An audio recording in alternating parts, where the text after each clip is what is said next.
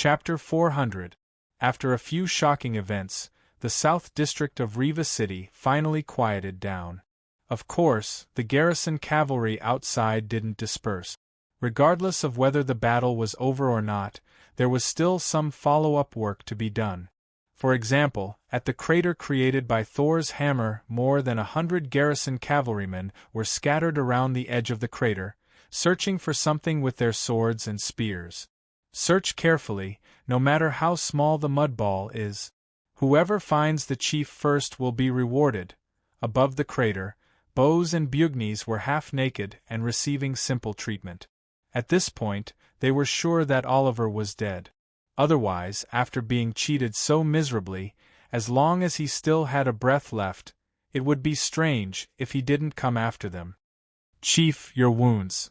A cavalryman who was temporarily acting as a healer looked troubled. He didn't know what to do with the potion for external injuries. In the end, he advised, "Let's go to the treatment center as soon as possible." "It's fine. I'm only in charge of treating him. He won't die." Bose waved his hand nonchalantly. The matter was not over yet. How could he leave in peace if he did not see Oliver's corpse? Bugnes didn't fight head-on, so his wounds weren't as serious. His wounds had been treated, and he was carefully instructing a few cavalrymen about the post-battle matters. For example, he arranged for some people to dig out the buried cavalrymen, bring the heavily injured to the treatment center, treat the lightly injured on the spot, and find the dead ones and count the number. At this moment, suddenly, "Found it! Found it! Chief, found it!" Cheers of ecstasy rang out.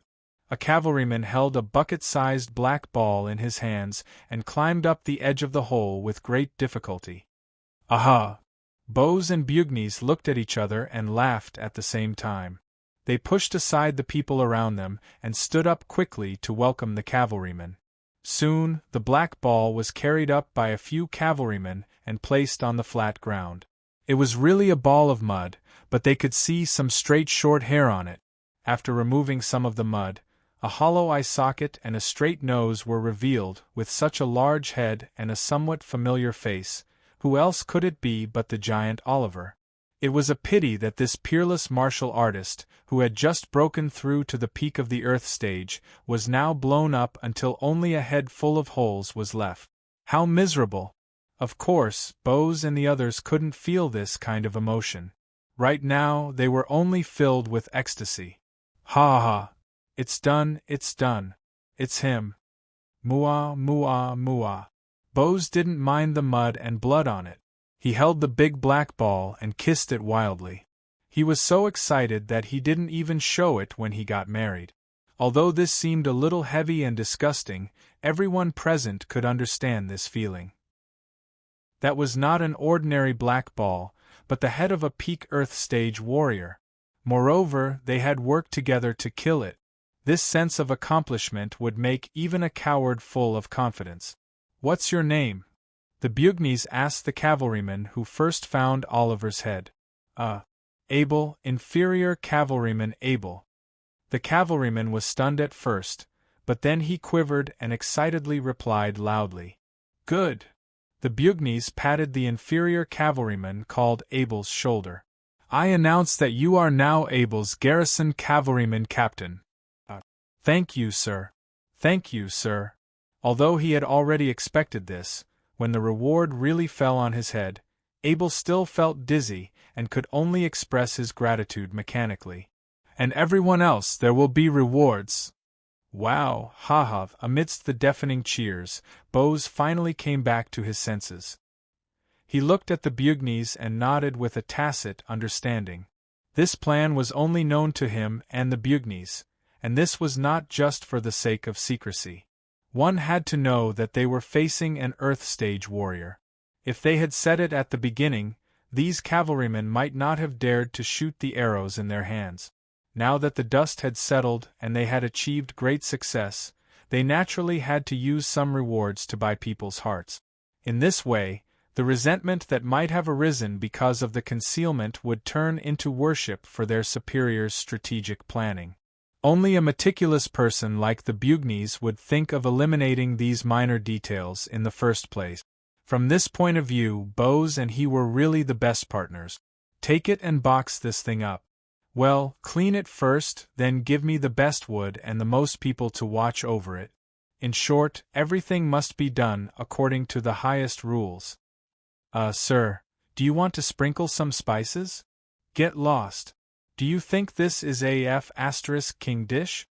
Ha ha! Bose threw the severed head to the cavalryman beside him, and then laughed and scolded the guy who slapped the horse's leg, causing a burst of laughter.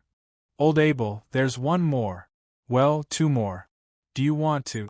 The Bugnes raised his eyebrows at Bose, who was walking over, and then looked at the Mjolnir in the distance, which was still raised high but had changed its direction, and said softly. Bose rubbed his big red nose and looked towards the south. It's been a long time since there's been any movement. That great Magus hasn't come either. Could it be that he was really killed by the mole? Or did they perish together? At this time, Bose and the others' plan was more or less clear. Tangen was in charge of luring the great magician away, and they were in charge of killing the remaining warriors. Now that Oliver had been killed, the next thing was naturally to consider the situation on the other side. I don't know. According to our original plan, the mole was killed by the other side, and then we gathered all the defense equipment to bombard the sealing stone. The Bugnes also looked to the south and frowned. But now the situation has changed a little. It seems that the other side is finished before us. It's hard to judge. Why don't we try to bombard it first? This was their follow-up plan. As for the possibility that it might involve Tangen, to be honest, in their original plan, they really did not consider it. Bose was silent for a few seconds and then hammered his hand. Don't bombard it. Damn it, gather people to take a look. After a pause, Bose shook his head and said, It's a little funny, but I don't know why, but I have a feeling that the mole will not die so easily. Well, then what if he really killed the great magician and didn't die? Bose hesitated and finally said fiercely, Then, I will personally send him to the gallows. The Bugnes nodded noncommittally. Oh, that's a little unkind. It can't be helped. He's an assassin, and I'm from the police station, reporting. Director, where is the master? Before Bose finished speaking, there was a sudden urgent shout. The two of them turned their heads and saw a cavalryman hurrying towards them.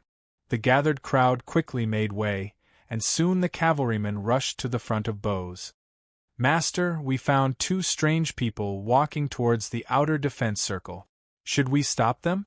Bose and the Bugnes looked at each other and blinked.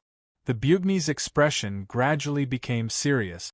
He frowned and asked, Two people? Describe their characteristics in detail. Yes. Two people, a man and a woman. The woman is wearing a white robe, and the man is wearing a black robe, holding a magic wand in his hand. The cavalryman thought for a moment and added, The man should be injured, and the woman is carrying him. Woman, black robe. Bose's heart relaxed. Logically speaking, besides them, there was only the mole and the great magician left. The mole was fine. After all, there was no direct conflict between the two sides. But if the great magician in the black robe was not dead, then they would not be able to eat or sleep in peace. Wait, you just said that the woman was wearing a white robe? The Bugnes suddenly asked. Yes. Bose also reacted, and then looked at the Bugnes with a strange expression. Of course, they would not forget that they were just discussing the white-robed female magician who had dealt the final blow to Oliver. Now everything was clear. The mole should have killed the great magician, but he was also injured. That was for sure. After that, the white-robed magician came for the mole. She should have come to rescue him. The Bugnes spread his hands to Bose, indicating that he should make the decision. Ahem, well, go and tell the brothers outside to open a gap for them to pass through. Yes. The cavalryman accepted the order and left. Meeting the Bugnes' eyes, Bose subconsciously touched his nose. What's with that expression? Come on, didn't you hear? Magician, What if that woman is a great magician? What's more, they did help us. Can't you be a little more generous? Can't you? I can't stand you guys who have no sympathy. Chapter 401. The sun rose as usual, and the cold wind was still biting cold. Everything seemed normal, but it had to be said that this year's Bran Empire was definitely an eventful one. The barbarian tribes invaded the border, the Grey Coat army suddenly emerged, and the Saintess statue in Mountain Stream City was destroyed. Of course, there were many troublesome things, but compared to the above three, they were not worth mentioning. First, the barbarian tribes invaded the border. Needless to say, although the barbarian tribes were like this almost every year, the only difference was the scale. But as long as it involved the war between two countries on the Caesar continent, it would not be a small matter. Second, the Grey Coat army suddenly emerged. Overall, this was a civil war in the Bran Empire. In addition, the Grey Coat army's recent strong publicity, construction of cities, and a series of big moves such as defeating the Bran regular army naturally attracted attention. Finally, the Saintess statue in Mountain Stream City was destroyed. This involved religious beliefs, and involved the huge Temple of Light, so it was naturally not a small matter. To some extent, the influence of this among the people was even wider than the previous two. After all, the barbarian tribes invaded the border, and the biggest impact was only in the frontline cities. The Grey Coat army was the same. Their influence was only in the 100,000 mountains and the surrounding cities. Only the destruction of the Saintess statue shocked almost all the Bran civilians. This was not an exaggeration, it was the truth. The Temple of Light built churches everywhere, sowing the seeds of faith, and produced more than tens of millions of believers.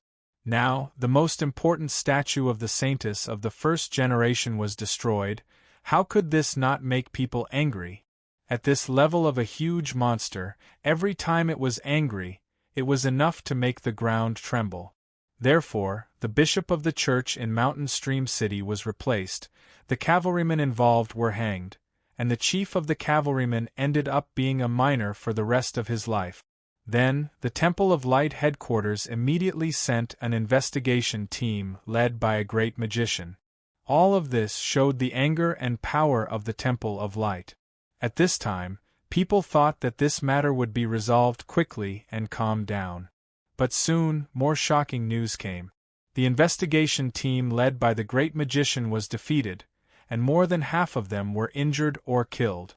Of course, the Temple of Light did not intend to announce such a shameful thing. But this happened in the mountains not far from Fire Beacon City, and the battle between the two sides was too big to cover it up. In addition, Joshua's secret organization also played the role of the disseminator, and the matter was inevitably exposed. In the end, the Temple of Light, and immediately announced that a stronger team had set headquarters. Knowing the strength of the other party, the team sent by the Temple of Light this time was naturally not a problem. It could be said that if he could catch up, Sang-Pu and the others would definitely die. But, before they could, the news,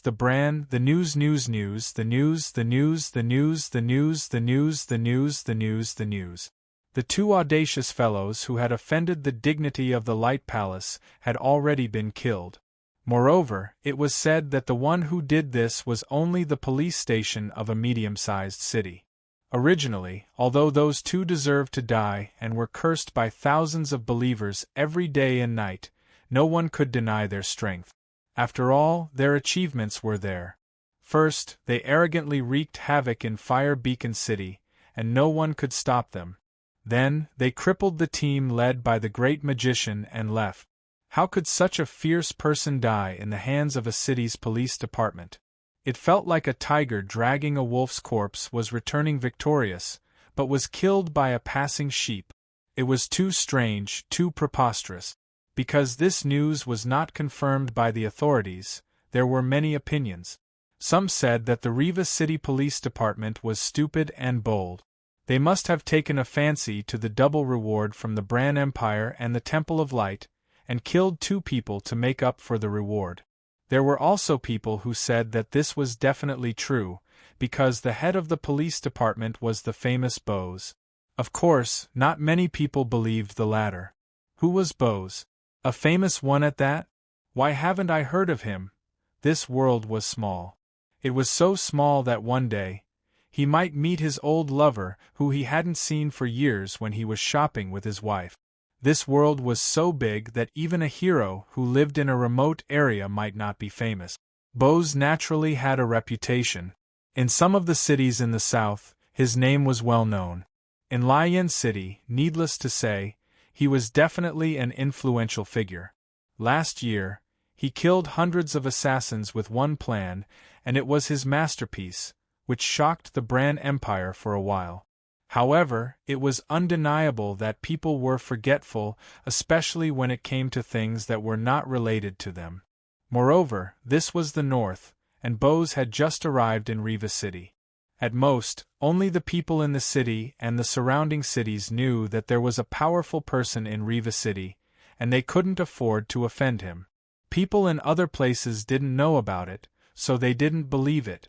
However, just when this matter was being discussed, the Bran Empire and the Temple of Light sent out an announcement. It was confirmed that the 2 blasphemers had been killed. As for the people who did it, it was the Riva City Guard Station and the clergy of the local church. Then, it was time for people to give out rewards. As soon as the announcement was sent out, the believers immediately clapped and celebrated. They celebrated that the blasphemers were finally punished and couldn't escape from the God of Light's judgment.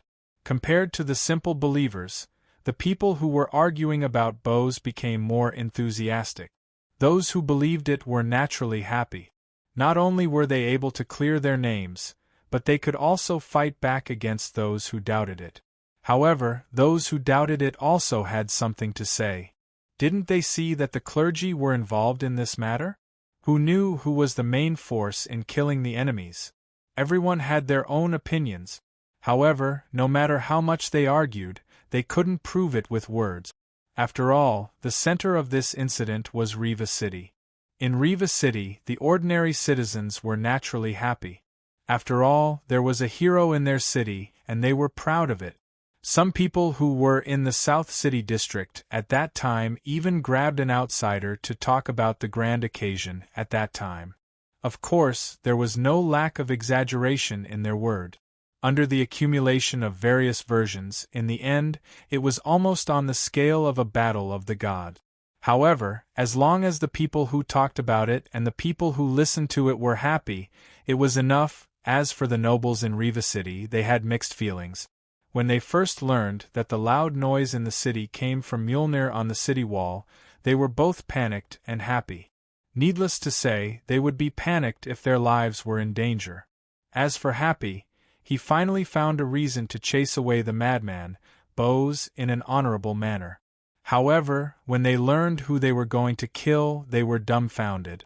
How could they touch Bose, who possessed such great power and influence? After the incident, the nobles in the city even had to pretend to be excited and pay a visit to the guard station to show their support and admiration. To be honest, these 2 blasphemers had nothing to do with the nobles in Riva City. However, this was the reality. They could only swallow the blood that came out of their mouths and pretend to be happy. It was a scam. Soon, they were happy again because Bose had to leave this time. At the entrance of the church in the city, Bose and Bugnes walked out of the church with flattered smiles on their faces. The bishop was dressed in a white robe with red edges. After they turned a corner, the smiles on their faces disappeared. Bose rubbed the muscles on his face and said, "Damn it, why did this old guy talk so much nonsense? I almost got cramps from laughing too hard." Anyone would be like this when they got a big credit for no reason. Well, at least he was kind enough to heal our external injuries. Bugnes was calm and he chuckled. However, the faint mockery in his tone was obvious. Well, the effect is not bad. Bose stretched his body and nodded. Then it's decided. Let's go back and bring all our injured brothers here. I'll tire this old guy out. As participants of the incident a few days ago, they knew very well what happened in the southern city. There was no such thing as the official announcement saying that the clergy of the church in the city had come to help. But now that he said there was, it was an ironclad conclusion.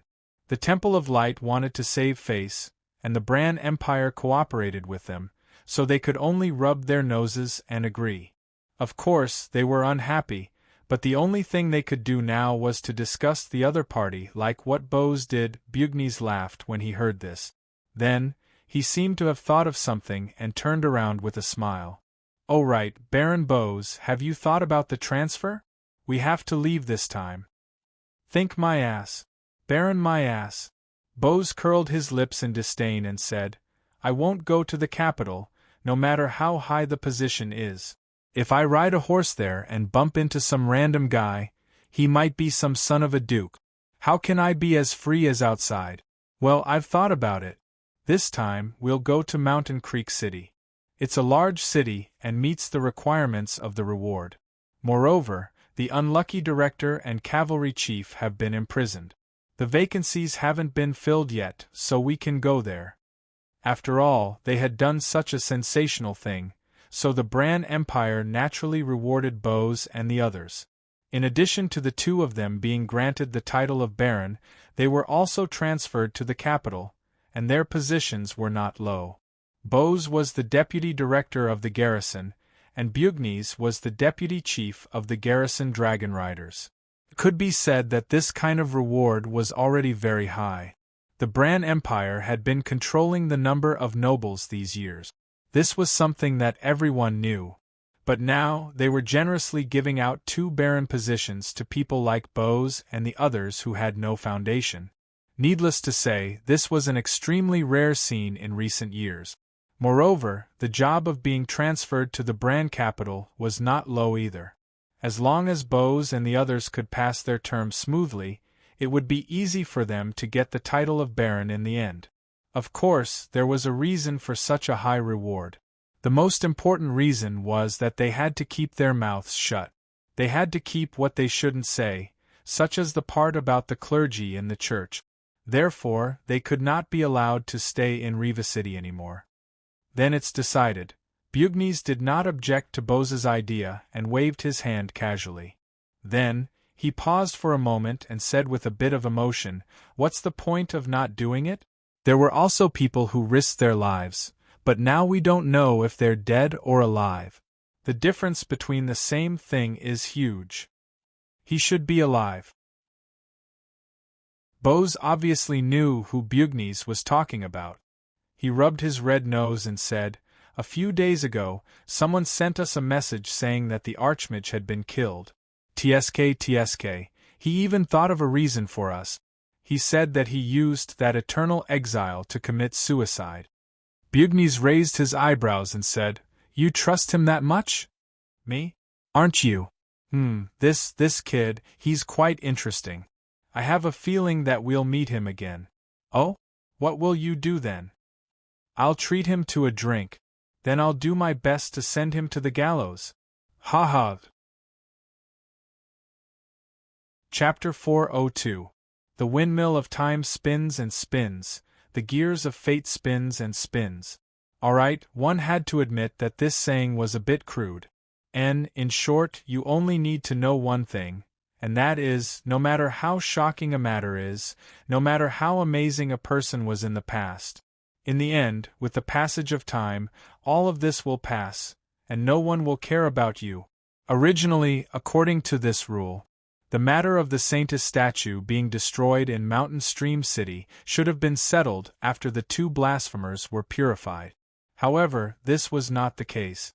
Due to the involvement of the official newspapers in various cities, this matter became more and more intense.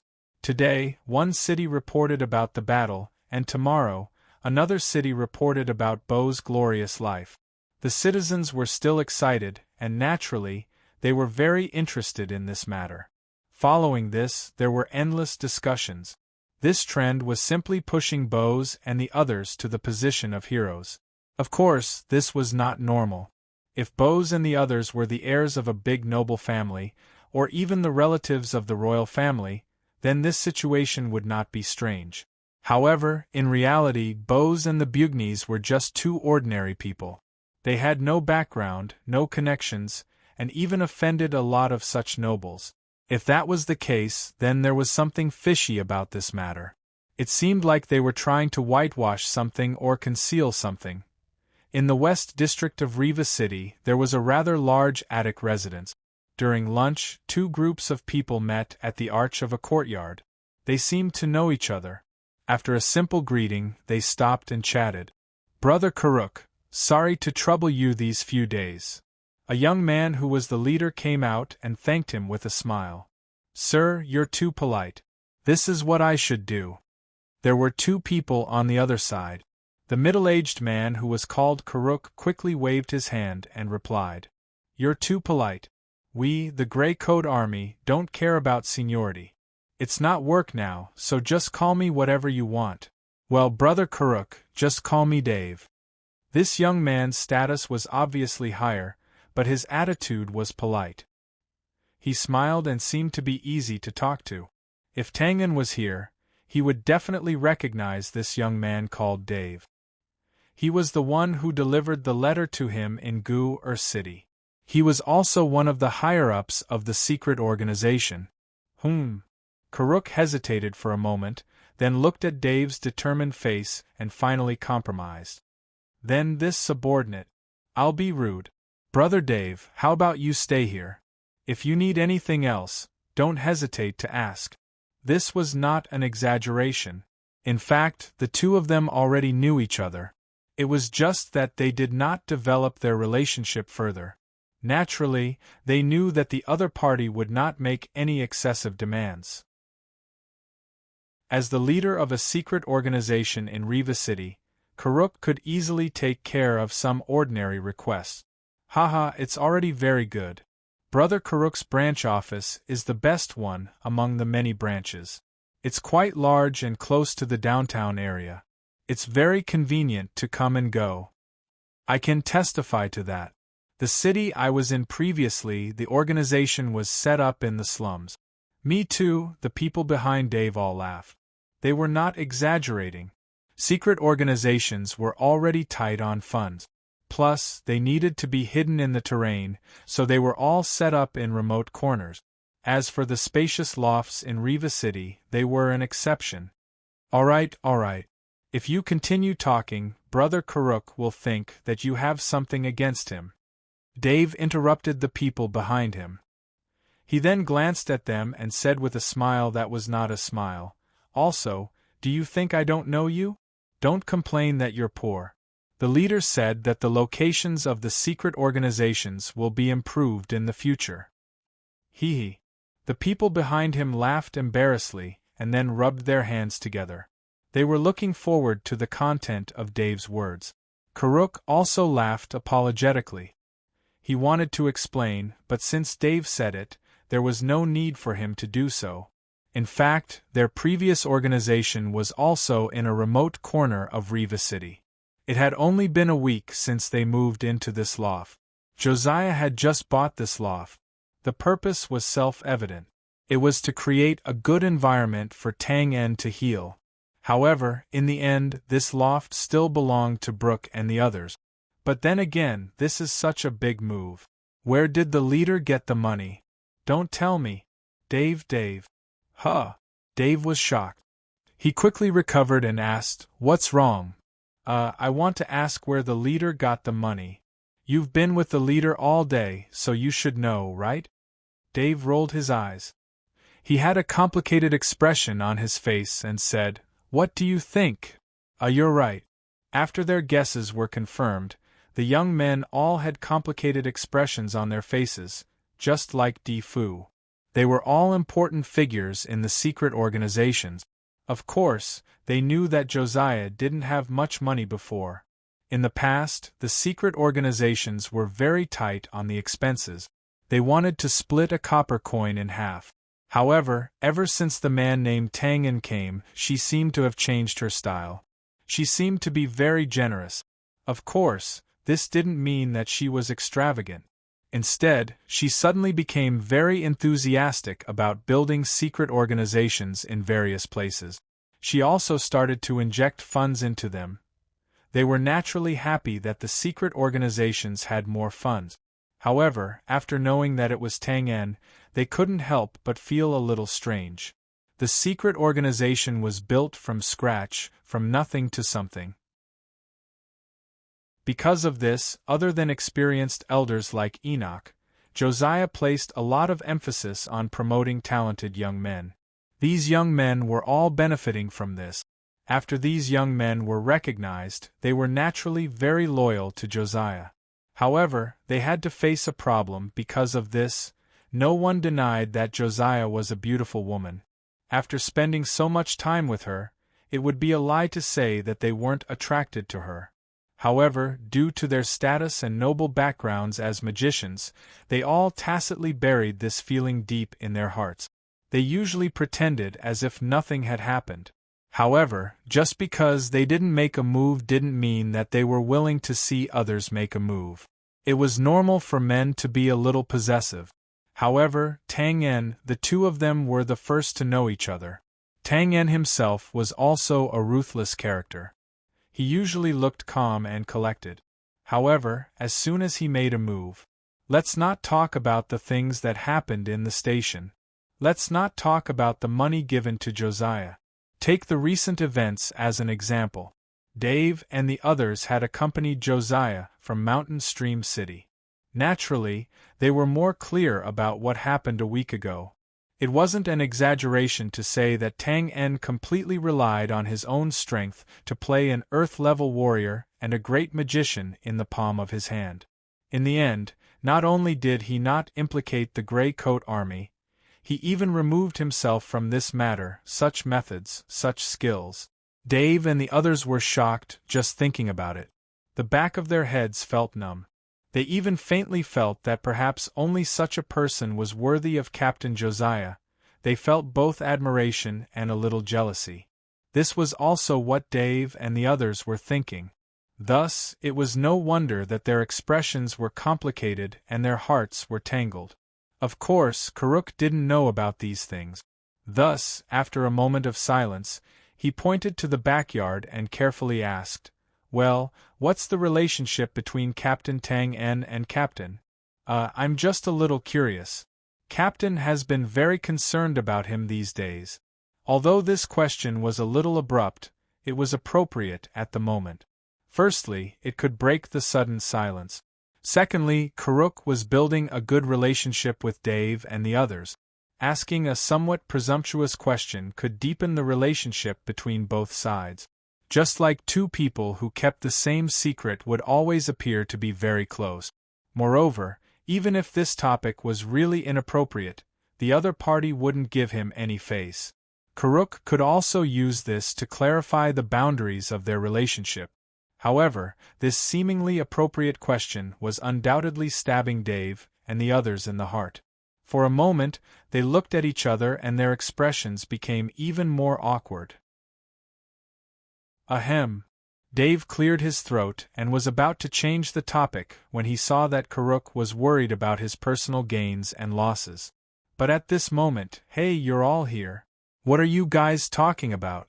Not far behind Karuk, Josiah in a white robe walked over with 2 bottles in his hands. "Hello, Captain." The few people here all bowed. Josiah was the highest leader of the secret organization.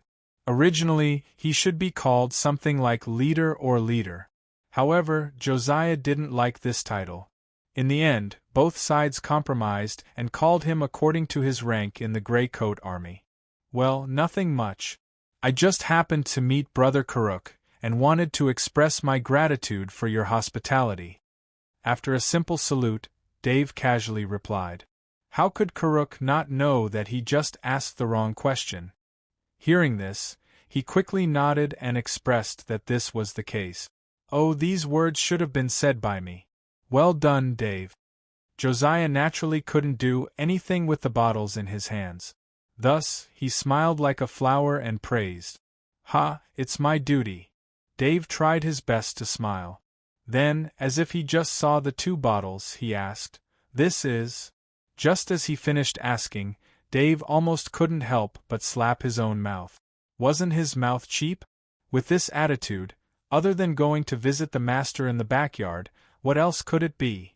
As expected, Josiah raised the bottle in his hand and blinked with a smile. This is the medicine I brewed. This is the chicken soup I personally brewed for Dunn. Bang, bang, bang, personally brewed chicken soup. Dave muttered in his heart as he tried to hold back his bitter smile. At this moment, he seemed to hear the sound of glass shattering behind him. Yes, it was the kind of shattering. Okay, I'm done. You guys can chat. Josiah shook the bottle in his hand and smiled. The chicken soup won't taste good when it's cold. Then, he walked around Dave and headed to the backyard. The chicken soup won't taste good when it's cold. Dave and the rest repeated in their hearts as they tasted the intimacy in it. Their hearts were filled with bitterness. Oh, right. Josiah seemed to have suddenly thought of something as he turned around and said, "There's a new report in the front room. It's on the table. You guys can take a look." Then, he purposely winked mysteriously and smiled. "Yes, it's a joyous occasion. Go take a look. I'll discuss this with you guys in the afternoon." Joyous occasion. Seeing Josiah's back disappear, Dave and the rest smiled bitterly at each other. What joyous occasion could make up for the trauma to their fragile hearts? On the small path in the backyard, after turning a corner, Josiah's footsteps suddenly stopped. He leaned against the wall and took a few deep breaths. His chest heaved up and down as a few red clouds floated on his face. Was it that obvious people with strength naturally had sharper senses than ordinary people? Josiah was an intermediate mage. Although his hearing wasn't as abnormal as Tang En's, he could still hear within a few meters. He didn't mean to eavesdrop. It was just that he happened to pass by and heard Karuk's question. Then, he naturally saw the complicated expressions on Dave and the rest. As for the cause of this matter, it was very simple. When he saw Tang En being swallowed by the space crack in the southern city, Josiah fiercely vented the emotions in his heart. Then, it was as if a door in his heart had been quietly opened. Afterwards, when he took care of the injured Tang En, he became more diligent and more intimate. This obvious change was naturally seen by Dave and the rest. Phew! After repeated adjustments, Josiah finally calmed his emotions and successfully suppressed the red clouds on his face. Then, his eyes became somewhat misty, as if he was thinking of something.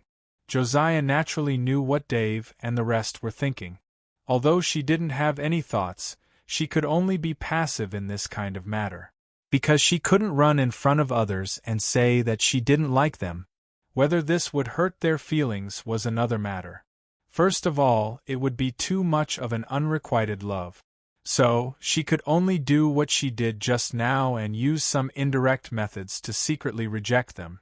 As for Tang En, she would involuntarily collect information about him. She would present her best side in front of him. She would be especially worried when he was in danger. Was this liking him? Josiah pursed his lips and was at a loss for a moment. After all, she was just a young girl who had just come of age. Although it was common for people of this age to marry and have children in the noble circle, but no matter what, if she hadn't experienced it before, it meant that she didn't have any experience. Feelings that were sometimes as simple as a blank sheet of paper and sometimes as deep as the ocean still made this young girl rather confused. I don't care anymore, I don't care anymore. Josiah shook his head fiercely, like a puppy that had just come out of the water and wanted to shake off the water droplets that clung to his body. He thought to himself in despair, well, that's it for now. I'll take it one step at a time. After taking a few deep breaths, Josiah's lips curled up slightly, revealing a very bright smile. After doing all this, he quickly walked into the courtyard at the back. But just as he entered, Josiah's smile turned into an anxious look. Tang, why did you come out? In the empty courtyard in front of the house, Tang En was walking and stretching his arms. After hearing Josiah's words, he couldn't help but grin. He turned his head and said helplessly, "Your words. Why do I feel like I've just escaped from prison?" "Hey, don't rush, don't rush." After dealing with the drive and being in a hurry for a while, Tang En finally stabilized Josiah. "Hey, have some common sense, big sister. The injured also need to exercise so that they can recover faster." "But your injury." Josiah still didn't give up on the idea of driving this injured person into the house. It was no wonder that Josiah was making such a fuss. Tang En's injury was really extraordinary this time. One must know that he had suffered such a serious injury when he fought with Eunice last time, and the old doctor had determined that he couldn't be saved. In the end, he was already out of danger in just 2 or 3 days. But this time, it took almost a whole week, and he was just able to get out of bed. There was naturally a reason for this. This time, Tang En's old injury hadn't healed, and new injuries had been added to it. How could the attack of a space archmage be easy to bear? If it wasn't for the fact that his blood energy had leveled up previously, and he just happened to have an additional creation skill, it was really hard to say whether Tang En could have survived. Seeing that there was no end to this, Tang En had to use his tried and tested killing move. With a face full of curiosity, he pointed at the bottle in Josiah's hand. "Hey, what's this?" After successfully diverting his attention, Josiah hurriedly opened the bottle cap. I almost forgot. Quickly drink this medicine while it's hot. And this bottle is chicken soup, you have to finish it." Having achieved his goal, Tang En naturally followed good advice. He sat on the steps in front of the house and obediently finished the 2 big bottles of medicine. "And there's also chicken nuggets." Josiah handed over a fork, and then sat on the side, supervising him with an extremely serious expression. "Damn, it's better to stay in the house." Tang En took the fork with a bitter smile, and casually picked a chicken nugget and put it into his mouth to chew. Seeing this, Josiah finally relaxed, and then smiled with squinted eyes. "Let me tell you a piece of good news, you eat you're the first to know besides me." Tang En bit the chicken nugget and said vaguely, "And I shaw you say. We've won again." Josiah waved his fist at the sky, and his expression was extremely excited. A few days ago, 50,000 regular soldiers attacked the City of Dawn for the second time, but this time, they were defeated by us halfway. "Oh." After swallowing the chicken nugget, Tang En's expression was extremely calm. Josiah was naturally dissatisfied with this. "What, why are you not happy at all?" Okay. Tang En helplessly put down his knife and fork, and his expression instantly turned into one of ecstasy. Is it true? We've really won?" "Haha." After a while, Josiah closed his mouth and looked over angrily. "You are really boring. Give me back the chicken nugget." Tang En's face was full of arrogance as he easily avoided Joshua's arm. "You must be joking. You still want to take it back when it's in the hands of a multifaceted killer like me, the old, the weak, the sick, and the disabled. You really don't respect me. Don't snatch it, don't snatch it. The soup is going to spill. Don't lie to me, you've already finished the soup. Cough, cough, wait, I'll tell you the truth, I'll confess, I'll tell you the truth." After finally keeping the chicken nugget bottle, Tang En heaved a long sigh of relief. "I've never seen someone like you, giving away things and still. And that the other party only has 50,000 soldiers. We're not weak now, and if we didn't bring back 50,000 soldiers from the front lines, or if we didn't have 100,000 such reserve soldiers, they wouldn't be a threat to us." "Oh, that's more like it." Josiah finally let go of Tang En, and then tilted his head, revealing a fox-like smile. "I've decided to activate the secret organization again. Humph, don't think that you can block the ears of the world just because you've sealed this news. This time, I'll let everyone know that the regular army has been defeated again. And yes, we have to teach them a lesson." Tang En, who wanted to make up for his mistakes, agreed very flatteringly. "Since they've given us the right to speak, then let's do something ruthless. We'll say that this time, some ignorant and incompetent aristocrat led the army through the back door, or that more than half of the soldiers felt the great love of the Grey Coat Army, and changed sides at the last minute, resolutely standing on the side of justice. Tang, you're so treacherous. And let's do it then. Kid, I think very highly of you. Chapter 403. There were many things that did not have an obvious good or evil nature when they were invented. In fact, because some difficult problems were solved at the time, they were more inclined towards good. For example, newspapers. Newspapers in a foreign world were limited by various objective conditions. Whether it was in content, style, distribution, or other aspects, they were very backward and simple. When it was first created, its purpose was very simple. It was for the ruling class to convey some important matters to the general public or things like rules and articles. However, later on, when the superiors discovered that this inconspicuous thing actually had subsidiary effects such as educating the people, guiding public opinion, and covering up the truth, it became unstoppable. People always sought advantages and avoided disadvantages. The higher the status, the more so. This was because at that level, the interests involved in all aspects would also become very huge. Now it was just a small page on the newspaper with only a few hundred words. With such a small cost, it could successfully achieve unexpected effect. Why not? Recently, various places in Bran, especially the northern cities, seem to have agreed on a large number of articles praising the purification of blasphemers. Justice triumphed over evil. This kind of plot was mainstream no matter which time and space it was. Because everyone thought that they were the righteous party, they naturally felt refreshed when they saw it. However, it was also when the entire empire was happy and harmonious that the rat **t that spoiled the pot of soup finally appeared. And as soon as it appeared, it quickly swept through the northern part of Bran like wildfire. The 50,000 regular soldiers of the Northern Military Armament Department organized a second attack on the Grey Coat Army. Once again, they died prematurely and were completely wiped out. This news was still released in the Grey Coat Army's unique poster. In the poster, the regular soldiers wearing Bran's standard armor were attacked by civilians wearing plain clothes behind them. They either raised their hands in panic and surrendered, or threw away their armor in horror and fled at the sight of the wind. Soon after, all kinds of rumors began to circulate in various stalls, taverns, and other places. Have you heard? The recent events. What? Purifying blasphemers? No, that's outdated. The speaker looked around and lowered his voice. 50,000 regular soldiers of Bran were once again defeated by the Grey Coat Army. Is there such a thing?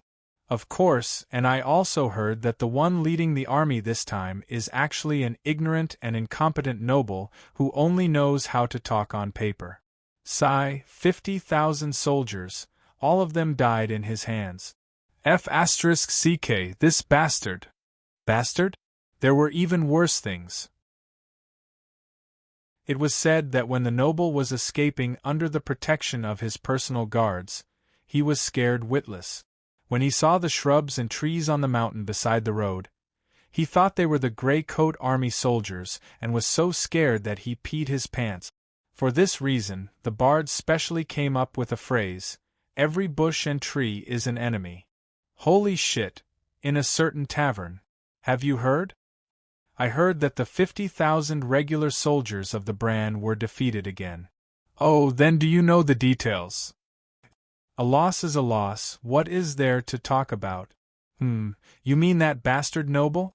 Didn't the newspapers refute the rumors? Newspapers? You believe what they say? But this time I'm not talking about this. I heard that in this battle, the regular soldiers shouldn't have been defeated so badly, but those soldiers couldn't bear to do anything to the civilians who were holding farming tools and eventually turned against them. No wonder the two attacks were unsuccessful. There's no way to fight at all. Yes, I think this Grey Coat Army is really something. The total number of regular soldiers is close to 100,000, but they couldn't take them down even after taking turns to attack. I'm afraid the world is really going to change. The personnel of the propaganda office in each city had the responsibility of collecting information. Now that rumors were spreading everywhere, they were naturally the first to notice. On one hand, they urgently refuted the rumors, and on the other hand, they sent all kinds of information to the Northern Military Armament Office. In the conference hall of the Northern Military Armament Office, the leaders of the various departments looked at the mountain of reports on the table, such as defection, armchair strategy, every bush and tree is an enemy, and so on. They were all stunned speechless. To be honest, they were also wronged. That's right, 50,000 regular soldiers were defeated this time. However, that was a defeat in a head-on confrontation. As the saying goes, victory and defeat are common in war. How could it be so big now? Moreover, what was going on with the nobles leading the troops? If it was the first battle, they would have admitted it. At that time, they had indeed underestimated the Grey Coat army. There were some nobles in the army who were here to gild themselves. However, after being taught a lesson and understanding the situation, how could they do such a thing? Shameless slander. What are these lowly people trying to do? I think they're just courting death. I really want to transfer tens of thousands of people from the frontline army to destroy them. These people from the propaganda office are also useless. They can't even suppress these rumors. After a while, the conference hall suddenly became lively. All the leaders slammed the table. Their fat faces were flushed red as they scolded angrily. Gradually, the propaganda office of each city was also implicated. Now, these big shots had chosen to forget that when the army was first defeated, they were the ones who found out that the Grey Coat army had not been publicized for many days and ordered the news to be blocked. Of course, scolding was one thing, but the matter had to be resolved. First of all, the brainless idea of transferring people from the frontline army was unrealistic. Not to mention whether the marshal of the army would care about them, the front line was now in a tight situation. The attacks of the savage tribes were like a tide, each wave stronger than the last. If they really transferred people back and something happened, causing the entire line to collapse, they could not bear the responsibility. Then, the big shots discussed and tacitly decided to suppress the responsibility. Through the military system, they ordered the propaganda office of each city in the north to suppress the rumors. However, the rumors about the nobles leading the troops and the news of the army being defeated could not be suppressed. After all, the scale of 50,000 people was not small. From gathering to entering the 100,000 mountains, they had to pass through a few cities. In fact, there were doubts about this before, but that was only on a small scale. They were covered up by the blasphemers. Then, they ordered the guards of each city to dig out the Grey Coat rioters and put them on trial in a high-profile manner. At this time, a big shot came up with the idea of letting the famous Bose be in charge of this matter. In the end, it was unconditionally approved. Finally, they naturally focused on preparing for the next encirclement and suppression. The previous two failures made them not dare to underestimate the Grey Coat army anymore. However, in the preparation stage, they could only come up with so many ideas. It was nothing more than a general who could fight well, more soldiers and better equipment, siege weapons, and so on. The special situation in the other world had already determined that the upper level of the Bran Empire was the military and the civil. Moreover, it was a time of war now, and the Northern Military Department had a lot of power. Now that it had transferred the responsibility to the lower level, the administrative departments of each city were suddenly in a difficult situation. Especially the propaganda office, they had reported this news in the hope that the Northern Military Department could come up with an idea. At the very least, they could come up with a general plan. But now they were sent away with the words, "Solve it by yourself." And from the sound of it, if they did not solve it well, they would be punished. Wasn't this a scam? Previously, they said that they wanted to block the news. Now that things had gotten out of hand, they were blaming them for not cleaning up the mess. However, the officers of the propaganda office could not do anything. They were one rank higher than them. They could only pinch their noses and agree while cursing the pigs in the Northern Military Department. Then, they gathered all the personnel in the office and ordered them to come up with a solution. What ideas could these low-level leaders come up with? It was not that they were useless. It was because they had lost the opportunity to speak first. Now, the situation outside was a foregone conclusion. No matter what they said, no one would believe them. They would only become a laughingstock, on the other hand, compared to the propaganda office staff, who were worried white. The police officers were not having a good time either. Arresting the Grey Coat Army's propagandists? What a joke. This was not like arresting people based on a map. Trying to find a few dozen people who did not know what they looked like among the hundreds of thousands of people in the city was difficult enough to make people despair. And was this not something that had been done all along? If it was effective, this matter would not have exploded. However, there was strength in numbers. In a short while, some cities came up with a countermeasure. They used criminals to make up the numbers. Under torture, many Grey Coat rebels took the initiative to confess their crimes. Although this could not stop the Grey Coat Army from continuing their propaganda, at least they could answer to the higher-up.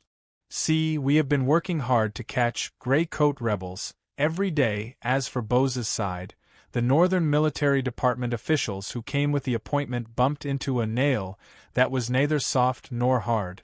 Bose and Bugnes were smart.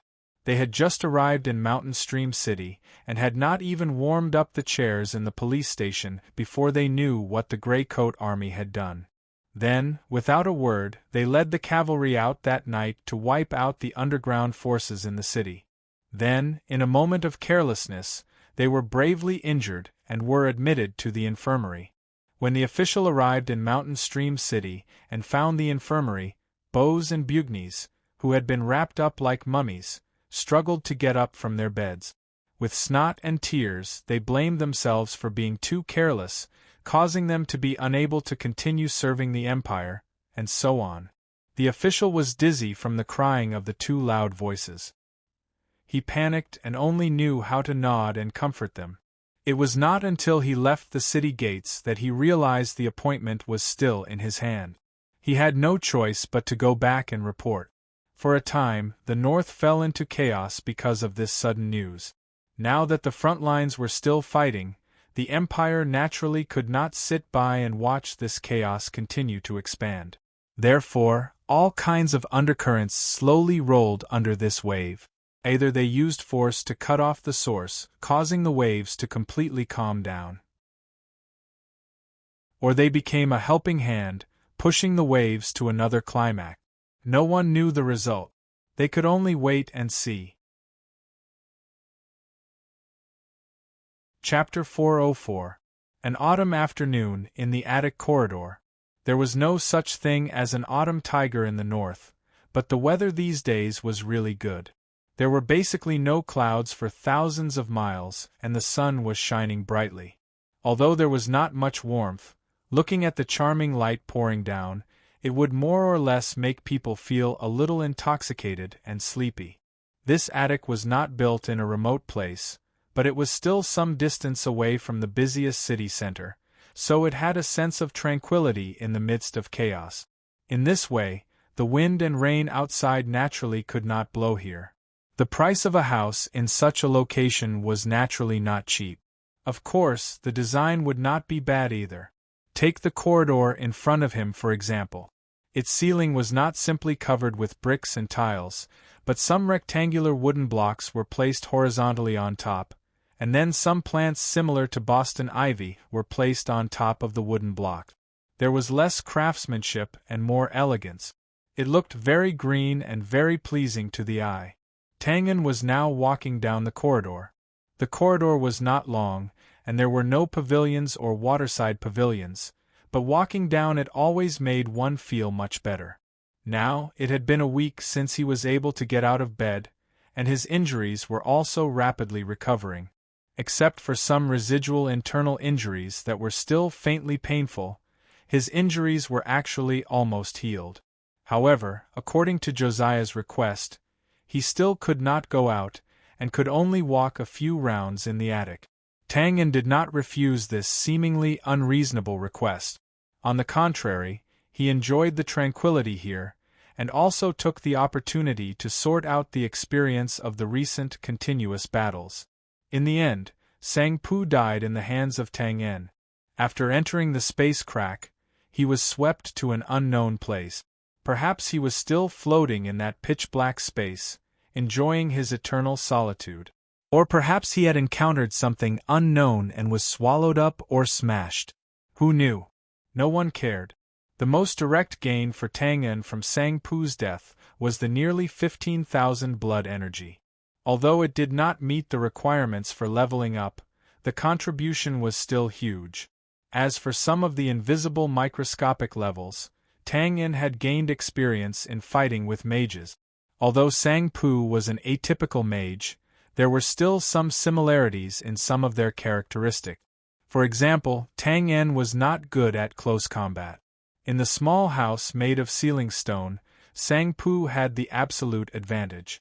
If it had been an ordinary mage, he would have been killed by Sang Pu without a shield. Moreover, even if it was a shield, as long as Tang En unleashed his blood aura's special effect of six-fold increase and advanced defense penetration, he could still break it in a short period of time. If that was the case, the chances of killing Sessman would be even higher. Of course, if there was Sylvia, Huff. Tang En took a deep breath and shook his head. Obviously, he could not block the attack of the humanoid female violent beast. Although her strength was also at the high level of the Earth realm, she looked the same as Oliver. But in a real battle, of course, it was not as simple as comparing the level of combat energy. Just like the previous team from the Temple of Light, there was also a great mage. In the end, together with several other advanced mages, more than half of them were killed or injured by Sang Pu. For this kind of abnormal person, it was normal to challenge someone of a higher level, let alone a battle of the same level. I still have to work hard. If there was someone like Sang Pu for me to kill every day, how great would that be? TSK, being the best in the world would not be a dream. The lazy afternoon sun did not catch Tang En out of his slumber, but it made him start daydreaming.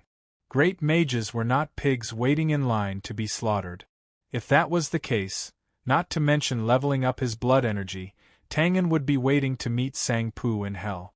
Shaking his head and humming a few songs, Tang En also knew that this idea was unrealistic.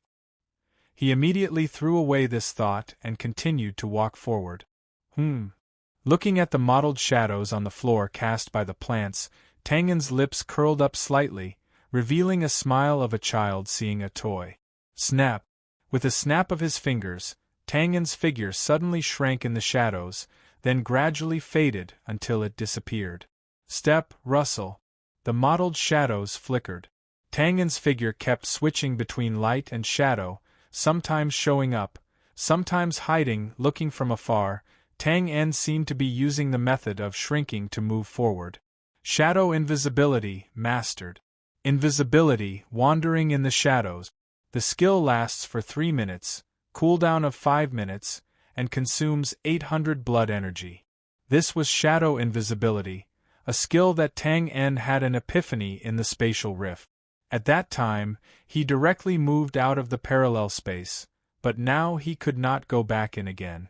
The reason was very simple. Just like a house, if there was no key, it would always be easier to leave than to enter. Now, what Tang En could do was to rely on the shadows and hide in them invisibly. However, according to the old butler, as long as this skill was trained to the realm of great mastery, he could freely come and go in the space.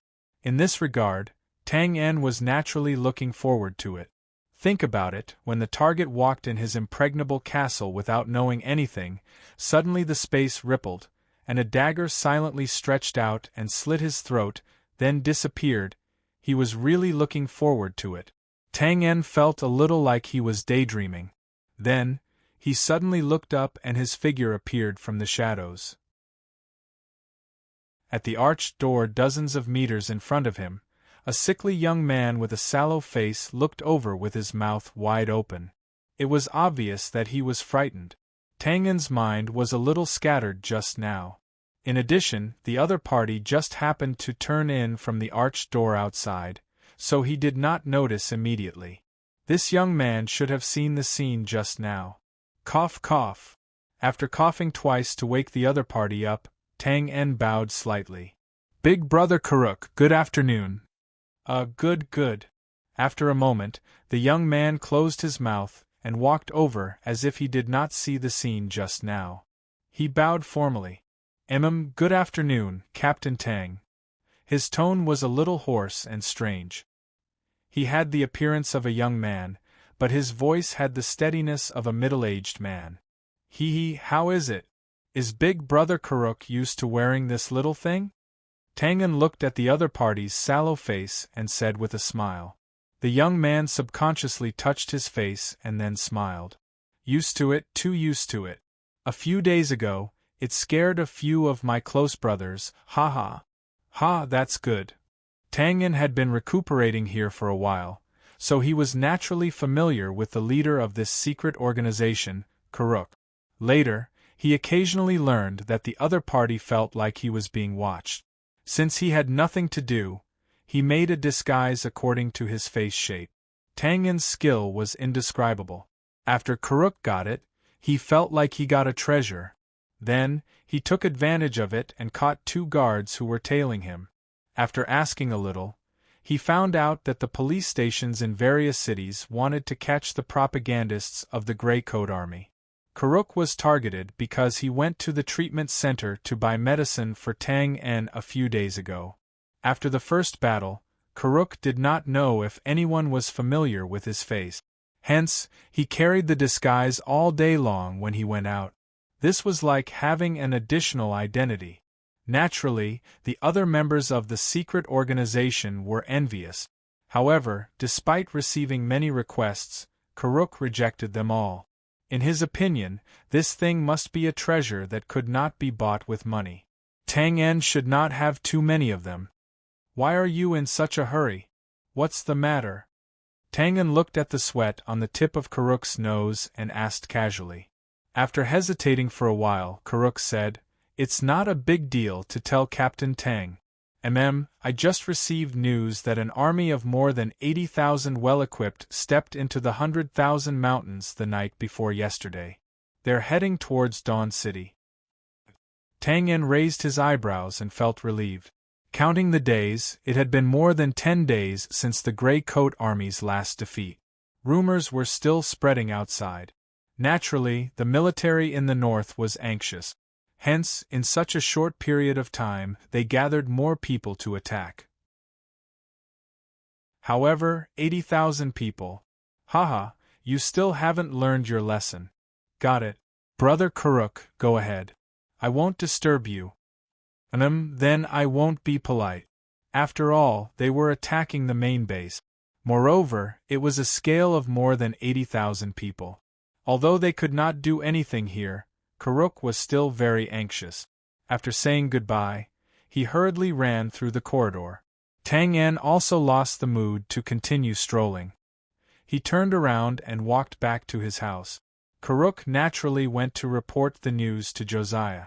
Although Riva City was very close to the 100,000 mountains, it was not the nearest border city. This could be seen from the time when the news was delivered. The army had already entered the 100,000 mountains 2 days ago, but they only received the news now. Therefore, in order to obtain first-hand information, Josiah, as the leader of the secret organization, had to move to the nearest border city. Actually, it was easy to move. Josiah and Tang En only needed to pack up a little before they could leave. When Dave and the others knew that Brand's regular army had lost the second battle, they had already left. Some returned to the headquarters in Mountain Stream City, while others returned to their own cities. Now, the rumors in the various cities in the north were more or less related to them. In the next few days, the cities in the north became more and more lively. It seemed like they were very confident in this encirclement, but also seemed like they wanted to divert the public's attention. After the army entered the 100,000 mountains, the official newspaper began to impatiently report every single movement of the army. Soon, all kinds of news appeared in the newspaper. 80,000 bandit troops have officially entered the 100,000 mountains. The Grey Coat rebels' sneak attack plan has been seen through. Bran's army has won a small victory and eliminated more than 1,000 enemies. They have advanced 100 kilometers away from the rebel gathering place. They will break through in a few days. The newspapers in various cities were in a frenzy, and there were continuous reports of victory. It gave people the feeling that these 80,000 regular soldiers were pushing forward with unstoppable might, and the Grey Coat army was being crushed like chickens and dogs.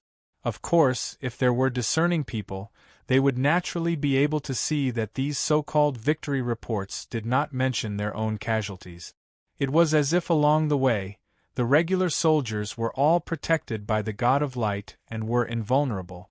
The people who compiled the newspapers could naturally think of these things. However, the front line did not send back such data, so they could not polish it. In addition, this was indeed the best beginning of the suppression of bandit. One had to know that until now they did not even know what the Grey Coat army's gathering place looked like. In the past, they used to refer to it as a mountain stronghold. However, after 2 big battles, it was clear that the other party had a lot of people. Naturally, it was not something a mountain stronghold could accommodate. Now that Bran's army was about to reach the city, they were in tears. Damn, they finally knew where the other party lived, and what their name was. However, was the truth really like these victory reports? Chapter 405.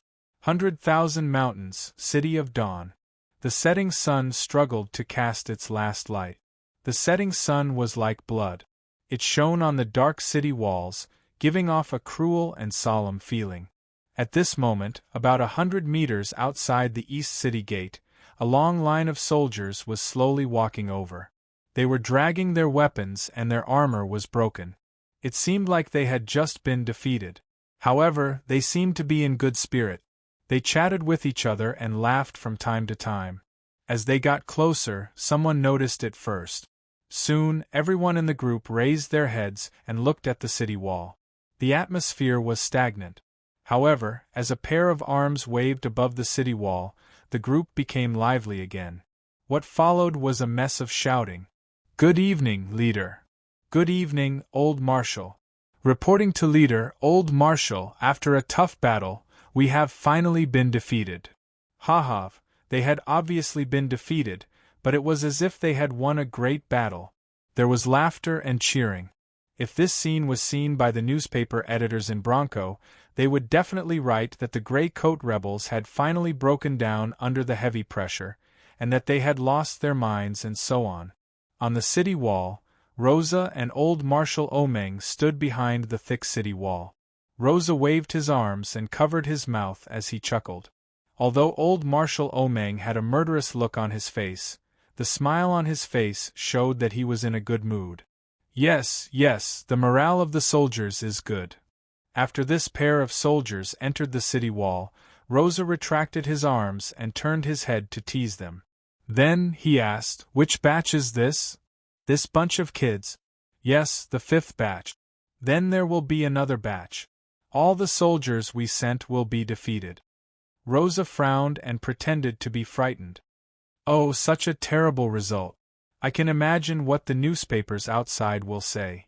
I really hope that Josiah and the rest will not be frightened." Yes, as the highest military commander, you also have an unshirkable responsibility." Omeng smiled bitterly when he heard this.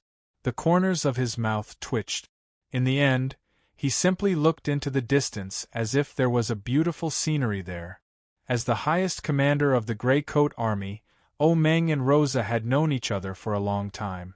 Naturally, they knew that their leader, who usually looked very dignified and imposing, was also very talented when it came to teasing others. Of course, after being teased for so long, Meng had also developed a way to deal with it, and that was to maintain a state of disregard. As expected. Sigh, how boring. Rosa glanced at Meng, who had a serious expression on his face, and showed a lack of interest. Then, he patted the thick stone wall and spoke in a normal tone. Tomorrow is the time to test you. Dawn City, don't disappoint me. Don't worry, leader. Meng finally took over the conversation. He first pointed to the connected checkpoint in the distance and said, "Tomorrow, the tens of thousands of brand soldiers will come in from there. We have about the same number of people, and we have the advantage of the city wall. Their initial attack will definitely be thwarted. At that time, we will open the gates on both sides and surround them. In the end," he pointed at the city in front of him and said resolutely, "they will all die here." "I'm not worried about whether we can win this battle." Rosa shook his head. His tone was very confident. He turned his head and looked at the large-scale buildings in the city behind him. "I just want to make sure that Dawn City is a home that we can rely on." After a pause, he sighed and said, Meng, they have been running around with us for many years. Now they finally have a place to stay, and it was built by themselves. I must make sure that this place is impregnable and safe." "Don't worry, leader," Meng confirmed once again. Then, he raised his head slightly and looked directly at the setting sun. "Those tens of thousands of soldiers will be the first touchstone of this city, and this place will be the dawn that will never fall." "Ha, these words are very encouraging." Rosa chuckled. Then, he looked at the setting sun in a daze. "Actually, never falling is secondary. I only think that since so many people are willing to follow us, it means that what we are doing is meaningful. Now that we have worked so hard and sacrificed so many people, we have finally achieved something. Now is the time to test it. Yes, I am a little nervous." He changed the topic. "But we will definitely win in the end.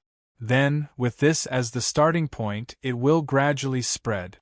Dawn City after Dawn City will appear, and the homes of the commoners will appear one after another. I really hope that time will come soon, and I will still be here." His faint voice drifted away with the biting cold wind. Then, it became inaudible. These words sounded a little depressing. However, this was not a ceremony where they needed to make an impassioned speech. Naturally, it did not matter. Meng could completely understand Rosa's feelings. Even the students in the academy would inevitably be nervous when facing a small test. Moreover, they had worked hard for so many years. The results that they thought were illusory were now becoming clearer and clearer. It was inevitable that they would be worried about their gains and losses. Moreover, they were no longer just two people or a team. Now, there were tens of thousands of people whose lives were on their shoulders. They had to be responsible for this. It was not easy to be a leader, especially when crossing the river by feeling the stones, dong, dong, dong. Just as Rosa and Meng stood silently on the city wall, waves of trembling and cries of war came from behind them. The two of them turned their heads and saw soldiers moving large ballistae, trebuchets, Mjolnir, and other defensive equipment onto the city wall. Tomorrow was the day of the war. Naturally, these things had to be in place. The reason why they had not been moved up was because they wanted to hide their strength and prevent the scouts from the Blank's army from seeing them. However, they did not know if the scouts were too powerful or if the other side was too confident. After a few days of fighting, not a single brand scout came over. It was a waste of Rosa and Meng's considerations. Of course, these were only minor details. They could be considered happy troubles. If the commander of Brand's regular army knew about the strength of this place, and if he knew that they had deliberately let them off the hook in the previous few days to test the defensive capabilities of Dawnlight City, he would have immediately turned his army around and returned home. "Okay, I'll go down first." I'll wait for tomorrow's results. Rosa, who had just turned around and was about to leave, was stunned. He narrowed his eyes and looked at a group of dozens of people gathered in front of the city gate. Isn't that Tang Yin's gray space? Strange, why do I feel like they're going to fight? How can it be? Meng was slightly stunned and also narrowed his eyes.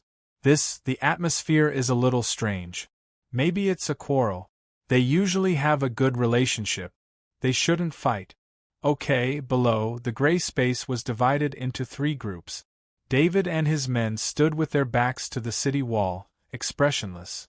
Michaud and his subordinates stood opposite them, with little Carol in the middle. They seemed to have just returned from outside, and their horses were beside them. Next to the 2 groups stood Harry, Luke, and a dozen other people. They looked worried, and their bodies were tense, as if they were going to rush up and rescue her immediately. What's wrong, David? Why do you look so pale? Michaud put down the reins and walked over with a faint smile on his feminine face. David's expression was still solemn as he asked stiffly, "Where have you been these days?" Michaud replied casually, "I just went out for a walk." "Where have you been these days?" David strode forward and pressed down on Michaud. He lowered his head slightly and asked word by word. Then, without waiting for Michaud to answer, he said again, "Did you go to the mountain bandits' stronghold again?" Michaud frowned and spread out his hands. "Why do you ask?" "Michaud!" David suddenly roared, his eyes wide open as he stared at Michaud's thin eyes. "I know that your parents died at the hands of the mountain bandits, so now you want to take revenge on the mountain bandits in the cruelest way. Harry, what are you doing? Let go of me. He clearly thinks so." Harry and Luke had already stepped forward and pressed down on David's excited arms when he roared. "David, I'm warning you, don't mention my parents."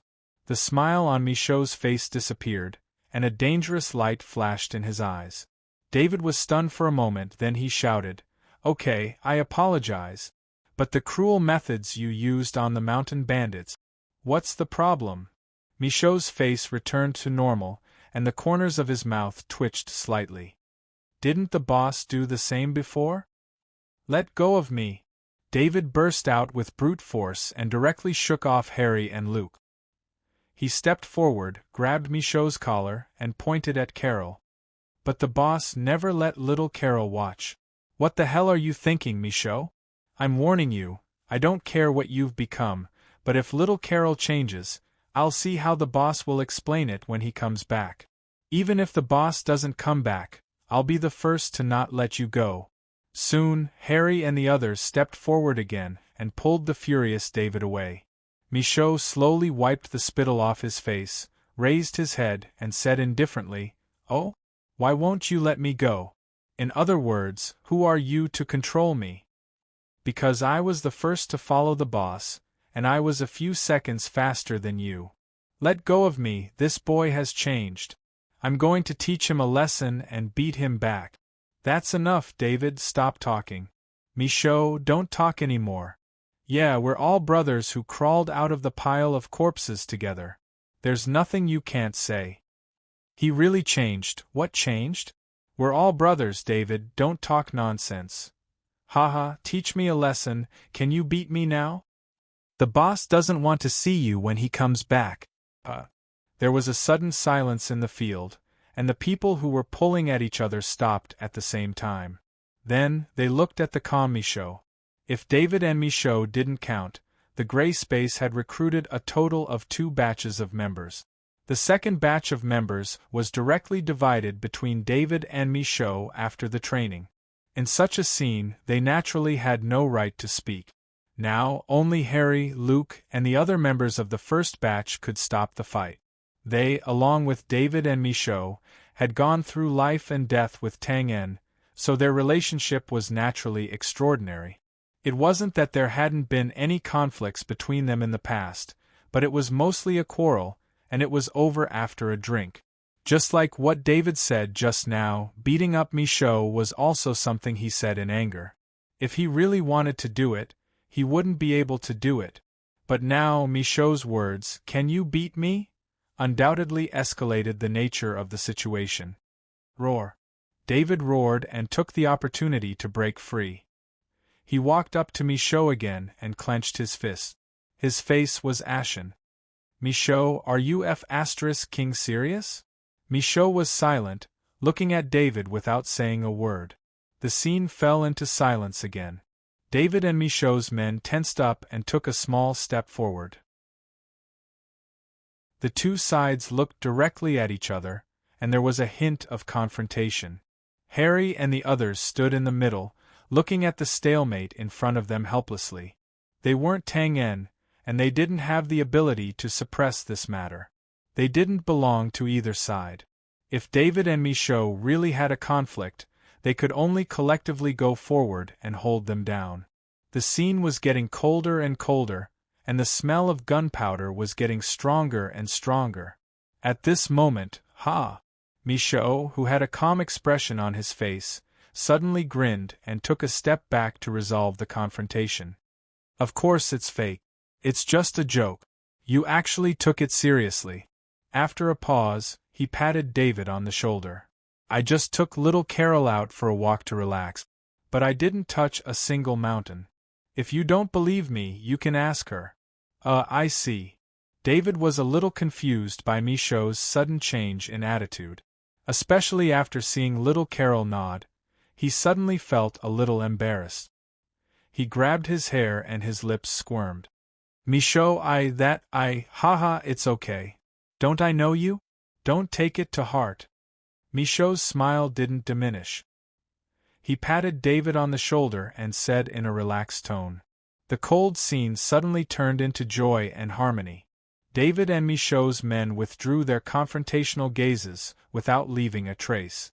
Harry and the others let out a collective sigh of relief and surrounded them.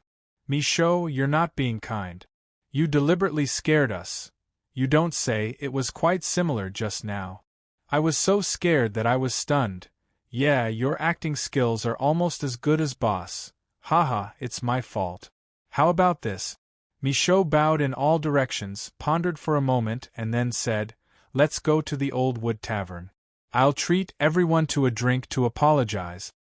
How dare you? Call Big Brother Fry and the others. Today we must drink you until you're broke. Of course, we haven't drunk together for a long time. Today we must get him drunk. After a while, the group of people walked into the city with their arms around each other's shoulders, just like when Tang En was here. Michaud was chatting and laughing inside, and there was no change in his expression. Then, as they passed through the city gate, one of his men stepped forward and whispered in his ear, Captain, the mountain bandit strongholds we circled before. Are we still going tonight? Let them live for a few more days. We'll talk about it after this war is over. Okay. Chapter 406. As mentioned before, the north of Bran was really on fire this autumn. There were constant battles at the front and constant chaos at the back. There was no need to describe the war at the front line. It was enough to know that it was related to the hegemony of the two empires on the Caesar continent.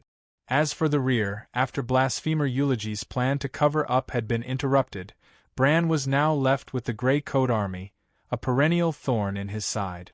If Bran's attitude toward the front line was purely to win or block, then he was more conflicted about the latter. If he did not care, it would make the Grey Coat army bigger and affect the front line. If he did not care, he would not be able to kill them for a while and there would be no result. If he just swallowed it, it would be as uncomfortable as swallowing mouse feces. What a dilemma! With such a mentality, seeing that the third encirclement was about to go straight in, it was no wonder that the official newspapers were cheering excitedly like a climax. However, this situation gradually stabilized after 3 to 5 days. Although the official newspapers were still singing praises, there was no new topic in the content. This was normal. If the two sides were officially at war, they would not have the time to send the news back to the rear. Besides, this was a contest of more than 100,000 people. Now that there were no destructive weapons, they were basically relying on primitive weapons. As long as it was not a one-sided massacre, it was normal to fight for a week. The people could also think of this, so they only glanced at the newspaper in the hands of the newsboy every day. If there was no conclusive news, they would not buy it. Then they strolled around to look at the posters of the Grey Coat Army that had not been destroyed in time on the walls. The various stupid, ugly, and fat nobles in the cartoon form always made them laugh and feel happy. Everyone knew that the results would appear in the next few days. Although there was a saying similar to "heroes are not judged by success or failure" in the other world, the mainstream was basically the winner takes all. No one would care about the fate of the losers. Even if there were regrets, they would eventually be forgotten with the passage of time. 100,000 Mountains, a small border city, Stand City. Tang En and Josiah were playing chess in the front hall of a loft. Tang En was frowning while Josiah was absent-minded. Just as Tang En predicted a few days ago, they quickly moved here after they learned that Brand's 80,000 regular soldiers had entered the 100,000 Mountains. Josiah was rich and overbearing. After arriving, he immediately bought a property and moved the secret organization that was squatting in the slums here. Tisk, so cunning. Fortunately, I have sharp eyes. Sighing, Tang En pushed a chariot chess piece in satisfaction, blocking the opponent's knight from going straight to the king. Josiah, it's your turn, Josiah. Sigh, you're distracted again. Josiah, who came back to his senses, stuck out his tongue and looked apologetic. Then, he glanced at the chessboard and whispered, Tang, it's been 5 days. According to your previous guess, there should be a result. There's no hurry. Even if there is a result, there will be a time difference. This place is a few hundred kilometers away from Dawn City. It will take a person 2 days to rush here on horseback. Oh, is that so? Well, be careful. Josiah's tone changed. Her slender fingers moved a chess piece, and she was ready to kill again. F***ck. Seeing that his king was about to be surrounded, Tang En grimaced as if he had a toothache. He looked up suspiciously.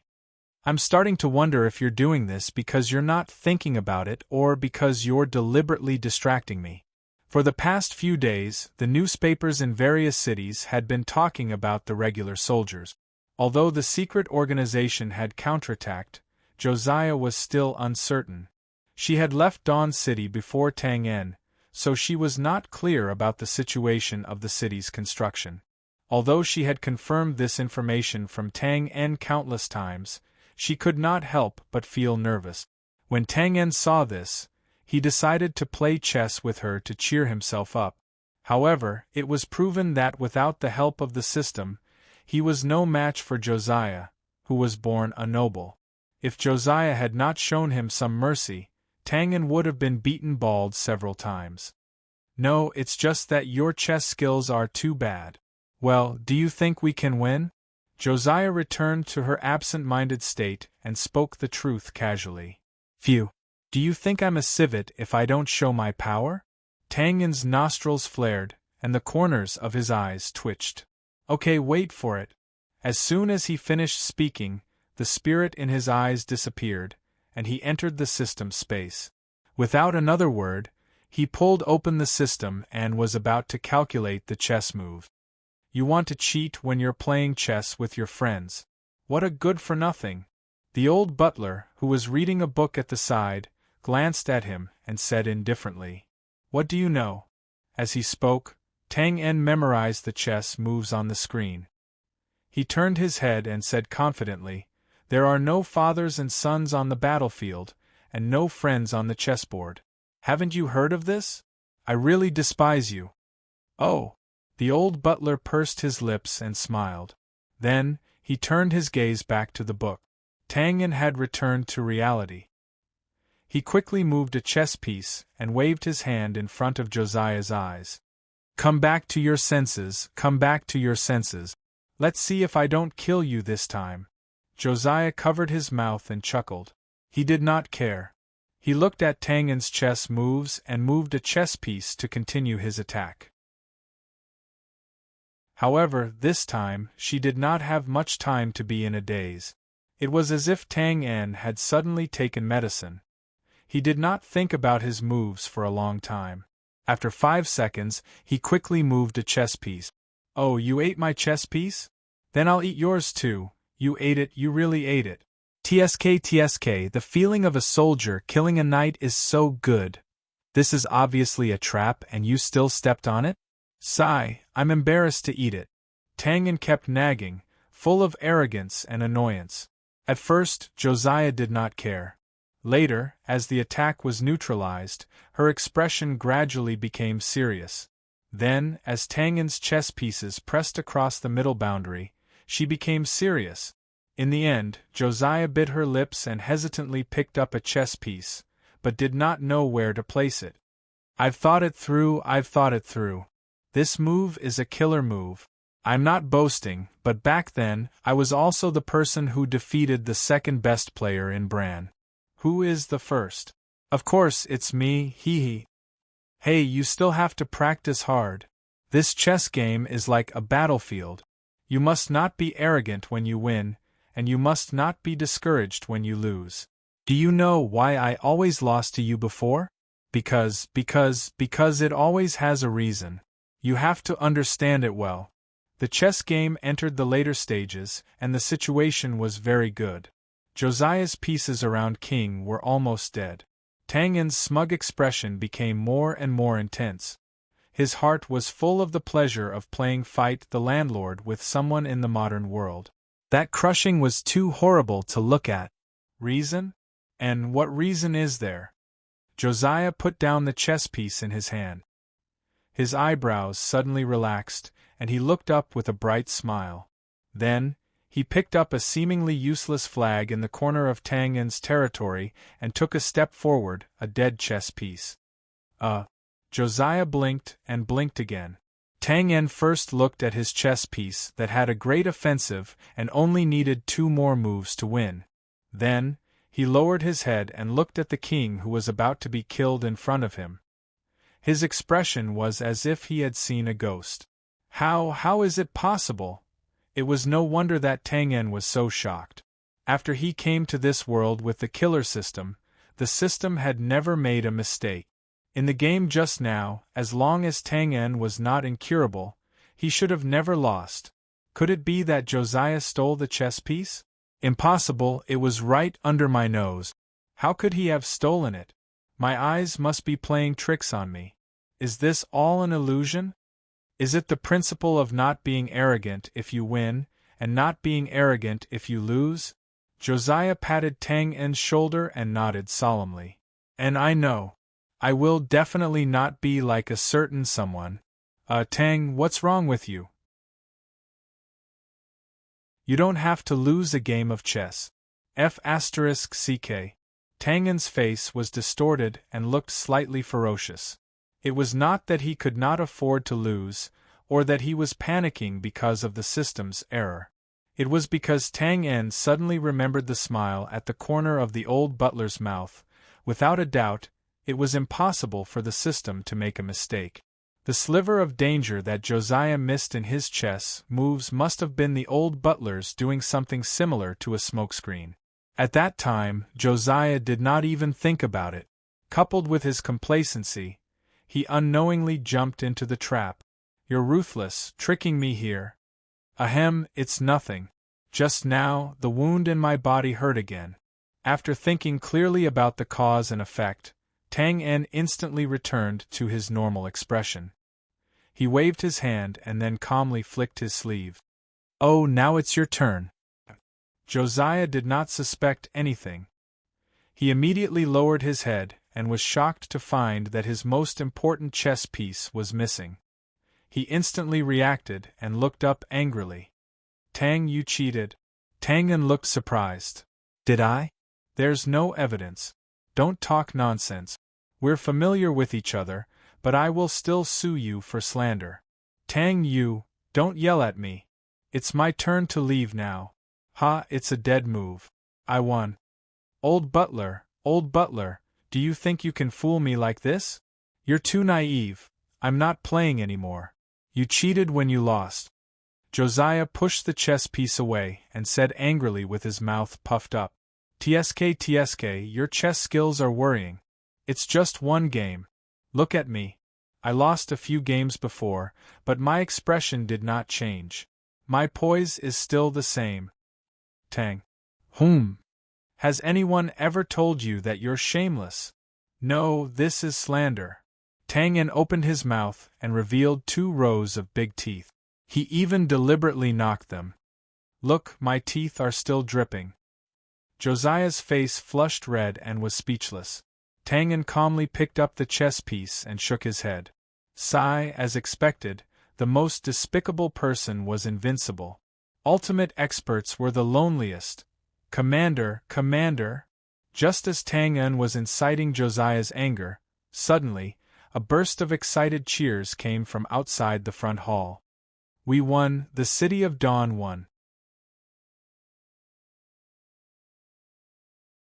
Chapter 407.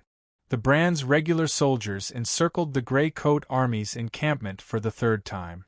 It ended faster than anyone had expected. In the morning, at the Northern Military Division, before Tang An and Josiah received the news, the leaders of the various departments gathered in the conference hall again. Unlike the previous time, there was one more person. It was a middle-aged Bran officer with a gloomy expression and bloodstains all over his body. The sky was gloomy. Even though the curtains were drawn, the conference hall was still rather dark. The dim light shone on the faces of the leaders, making them look even more gloomy. Who are you? After a long while, a big shot sitting at the back finally broke the dead silence in the hall and asked slowly.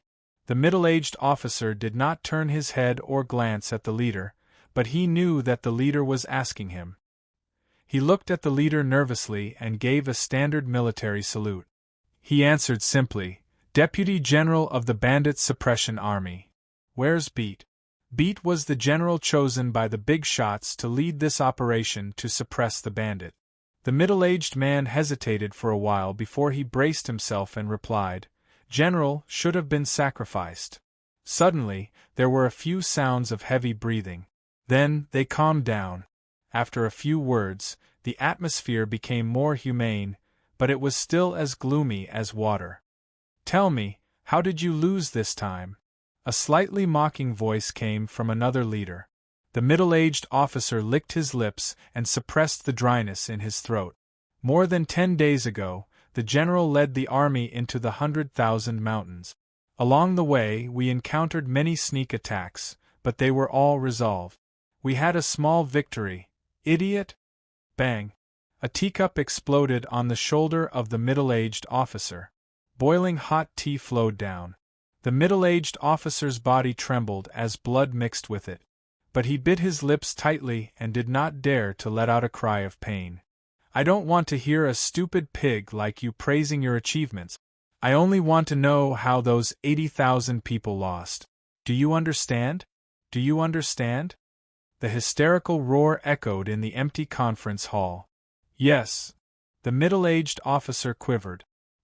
He straightened his body and saluted again. He did not dare to hide anything and quickly said, 8 days ago we attacked the City of Dawn. He was interrupted again. City of Dawn? 8 days ago? Oh, let me calculate. Even if we were to ride horses, it would take us 2 or 3 days to escape from the 100,000 mountains. From there, it would also take us 2 or 3 days to get here. 80,000 people, and they were all wiped out in 3 or 4 days. Good, you guys are really something. You guys are really something. Bang, bang, bang. After a series of messy words, 5 or 6 teacups were thrown over.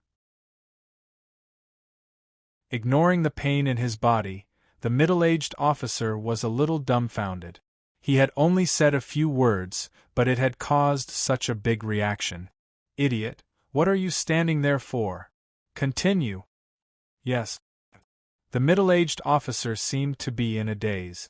He was trembling and had forgotten what he was talking about. Fortunately, when the remaining big shot reached for the teacup, he suddenly remembered. Dawn City, Dawn City. The group of gray-shirt rebels built a city there, and called it Dawn City. The wall was nearly 10 feet high and was made of black rock. It was extremely difficult to climb and break through. On the first day of the attack, we fought fiercely with the gray-clothed rebels on the walls and under the walls. Later, when it was close to evening, the general was ready to beat the drums and retreat to fight again the next day. However, at this time, on the top of the wall there were.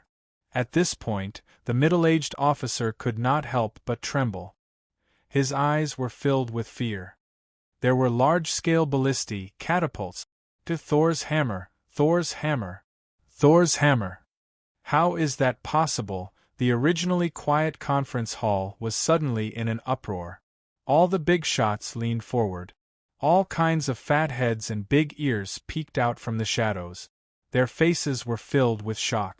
They were the heads of the various departments in the northern military. Naturally, they had seen Thor's hammer before. Sometimes, dozens or even hundreds of them had to pass through their hands every day. However, it was only with them. Other than them, it was impossible for the civilians to create such a complicated and intricate Thor's hammer. Moreover, even if they accidentally leaked it to the civilians, it was definitely a prohibited item. Anyone who dared to touch it would die. Yes, it was Thor's hammer. Looking at the suspicious gazes of the big shots, the middle-aged officer firmly confirmed. Furthermore, it wasn't just one. There were a total of 6 Thor's hammer. They were all fired at the same time and directly destroyed our last attack. Because the general didn't expect this, the central tent was set up a little too close to the front. It was destroyed by a single cannon. This was the fundamental reason why the bandit suppression army had been defeated so quickly. Beat was personally chosen by the big shot. Naturally, he was not an ordinary person. Even if he could not be compared to the famous generals of the 3 great armies like Ralph, he could still be considered a famous general. However, it was a pity that this old general had also lost his footing. Because he did not expect the Grey Coat army to have such a long-range and destructive weapon like Thor's hammer, the central army that was supervising the battle at the front lines was blasted by the Thor's hammer. As a result, he was directly sent to meet the divine light god. The battle had not been going on for long. However, the commander of the Grey Coat army had actually died. Naturally, the regular soldiers were thrown into disarray and their morale plummeted. Of course, there was no reason for Meng to waste this great opportunity. He did not bother to test the defensive capabilities of the city walls again. Instead, he directly opened the north and south gates of the city and released the troops that he had prepared beforehand. Following which, the regular soldiers were indeed defeated like a landslide. The central gate was also opened wide. All the soldiers of the Grey Coat army quickly rushed out and killed each other. The sky turned dark and the earth turned dark. Blood flowed like a river. At that time, the army was already in chaos. We were unable to find the division commanders, and the division commanders were also unable to find their regiment commanders. Without a commander, the soldiers began to flee. The supervising army killed a batch of them. Then, even more soldiers came to kill them. The middle-aged officer's tone gradually lowered. However, every word that he said smashed into the hearts of the big shot. No one interrupted him. Their eyes were somewhat dazed and confused. A scene seemed to appear in front of them. Against the rain of arrows above their heads, many of the brand soldiers threw away their battle swords in horror. They squeezed their companions behind them and turned to flee. As they ran, they took off their heavy armor. Behind them, there was a black figure waving a snow-white butcher's knife. After they caught up, they slashed down at the defenseless backs. Blood splattered everywhere, and the souls of the dead screamed. The conference hall was dead silent. The middle-aged officer raised his eyes and secretly looked at the big shots on the left, then looked to the right. He then gritted his teeth and suddenly shouted loudly, "This battle should have been won by us." The turning point was the 6 Mjolnir. It was those damn greedy smugglers who caused the deaths of 80,000 soldiers. We must find them. Bang, bang, bang. The loud shout was interrupted. The last 3 teacups exploded on the middle-aged officer's body. Since they had lost the battle, they naturally had to find a scapegoat to take responsibility for it. This middle-aged officer was the deputy general. Firstly, he had an unshirkable responsibility. Secondly, he was not dead yet. Therefore, it would be easy to pin the crime of desertion on him. If he went to the military court, he would not be able to escape the gallows. Therefore, the reason he shouted just now was to absolve himself. However, it was a pity that he shouted the wrong thing. It must be known that everyone present was the head of the military logistics department. They had all kinds of defensive equipment and equipment in their hands. How could they not participate in the smuggling when they were guarding such a huge treasury? The only difference was that there was more or less a problem. As for the Mjolnir, it was natural for them to have a higher value. Therefore, it was natural for them to smuggle a few Mjolnirs. Now, this middle-aged officer was shouting and cursing loudly. It was as if he was cursing at a prostitute. How could the big shots tolerate him?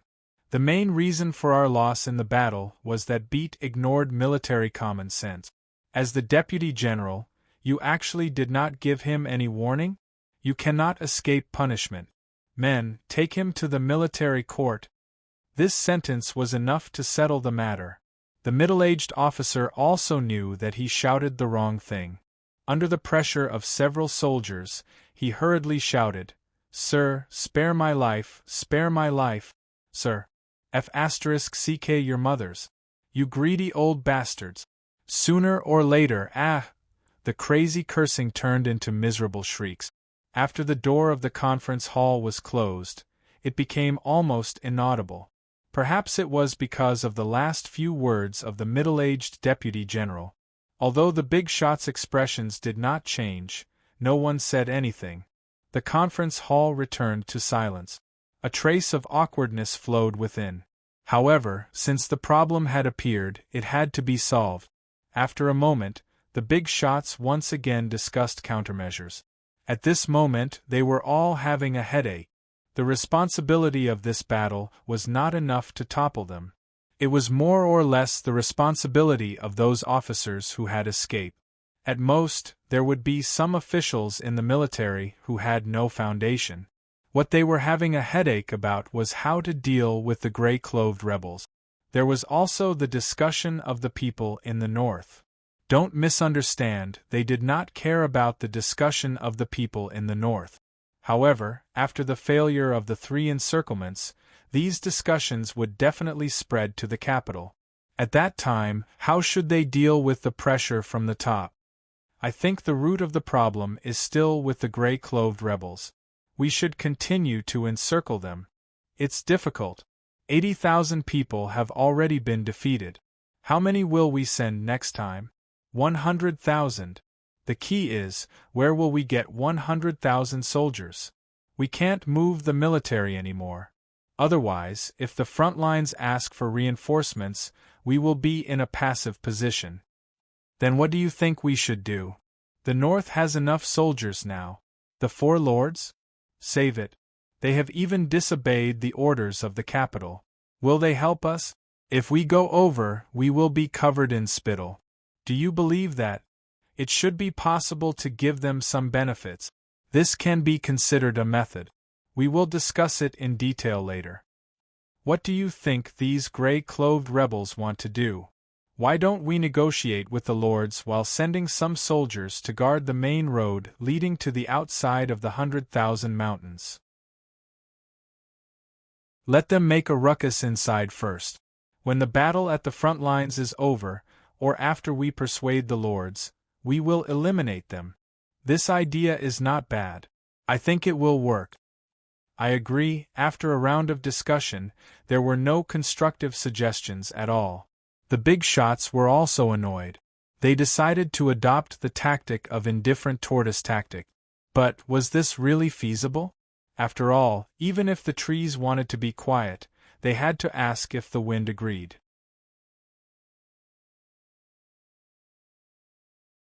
Chapter 408. Bran's third encirclement of the Grey Coat Army had failed once again. Although the result this time was a complete wipeout, that was just a tactical term. Of course, it didn't mean that all the soldiers were killed. It happened so suddenly that Meng didn't even have time to send troops to surround them. Even if they surrounded them completely, it was impossible for 80,000 soldiers not to escape. In fact, there were quite a number of people who escaped. For example, if the middle-aged deputy general could escape, there were naturally more ordinary soldiers. Therefore, the news couldn't be hidden. The first force to receive the news was the Northern Military Division, but they obviously couldn't announce it immediately. It wasn't that they still wanted to get lucky, but some things like losing a battle still needed some time to digest. Next was Josiah and the others. With such speed, it didn't mean that the secret organization had already infiltrated the military division. To be precise, the news was bought through the hands of bandits. As the saying goes, dragons have their ways and rats have their ways. Recently, this information was the most sensitive and the most valuable. Those bandits who had a keen sense of smell and specialized in this industry naturally wouldn't let it go. When some deserters rushed out of the Shirwan Mountains, they were caught red-handed. Since Josiah knew about this news, he was naturally overjoyed and released it immediately. Therefore, the editors of the newspapers in the various cities were once again in a difficult situation. The newspapers were published once a day, so they couldn't immediately explain. Besides, how could they explain? Previously, they had been proud and arrogant for more than 10 days, saying with certainty that the Grey Coat Army would be directly crushed. Now, the regular soldiers had collapsed in a few days. Was there a more naked slap to the face than this? First, it spread to the cities around the Shirwan Mountains, then to the inner cities of the north. By the next morning, there were already posters of the Grey Coat Army in more than 10 cities. The news offices of the various cities didn't receive any orders, nor did they discuss it, but they adopted a unified attitude, which was silence. The newspapers were published as usual, but there was no mention of the Grey Coat Army. It was as if the arrogant words of the past 10 days weren't from them. However, this matter had been hyped up by them before, so the reaction of the people naturally wouldn't be depressed just because the newspapers ignored it. It wasn't a celebration, but now in the hearts of most people, the Grey Coat Army was undoubtedly much more important. No matter which world it was, idealists were the minority. Compared to the poor farmers who had been oppressed so badly that they could only choose to resist, the majority of the city residents were more realistic. The Grey Coat Army's propaganda was very tempting, and they were also very envious, but relatively speaking, they still wanted to see something more practical.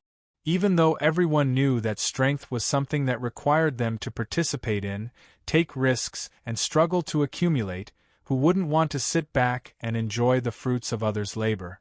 This was related to people's nature of seeking benefits and avoiding harm. It could be said to be derogatory, but it could also be said to be natural. Now, all of this was no longer important. The Grey Cloth Army had proven themselves and displayed their strength. And it was enough. Some of the citizens in the city began to feel restless.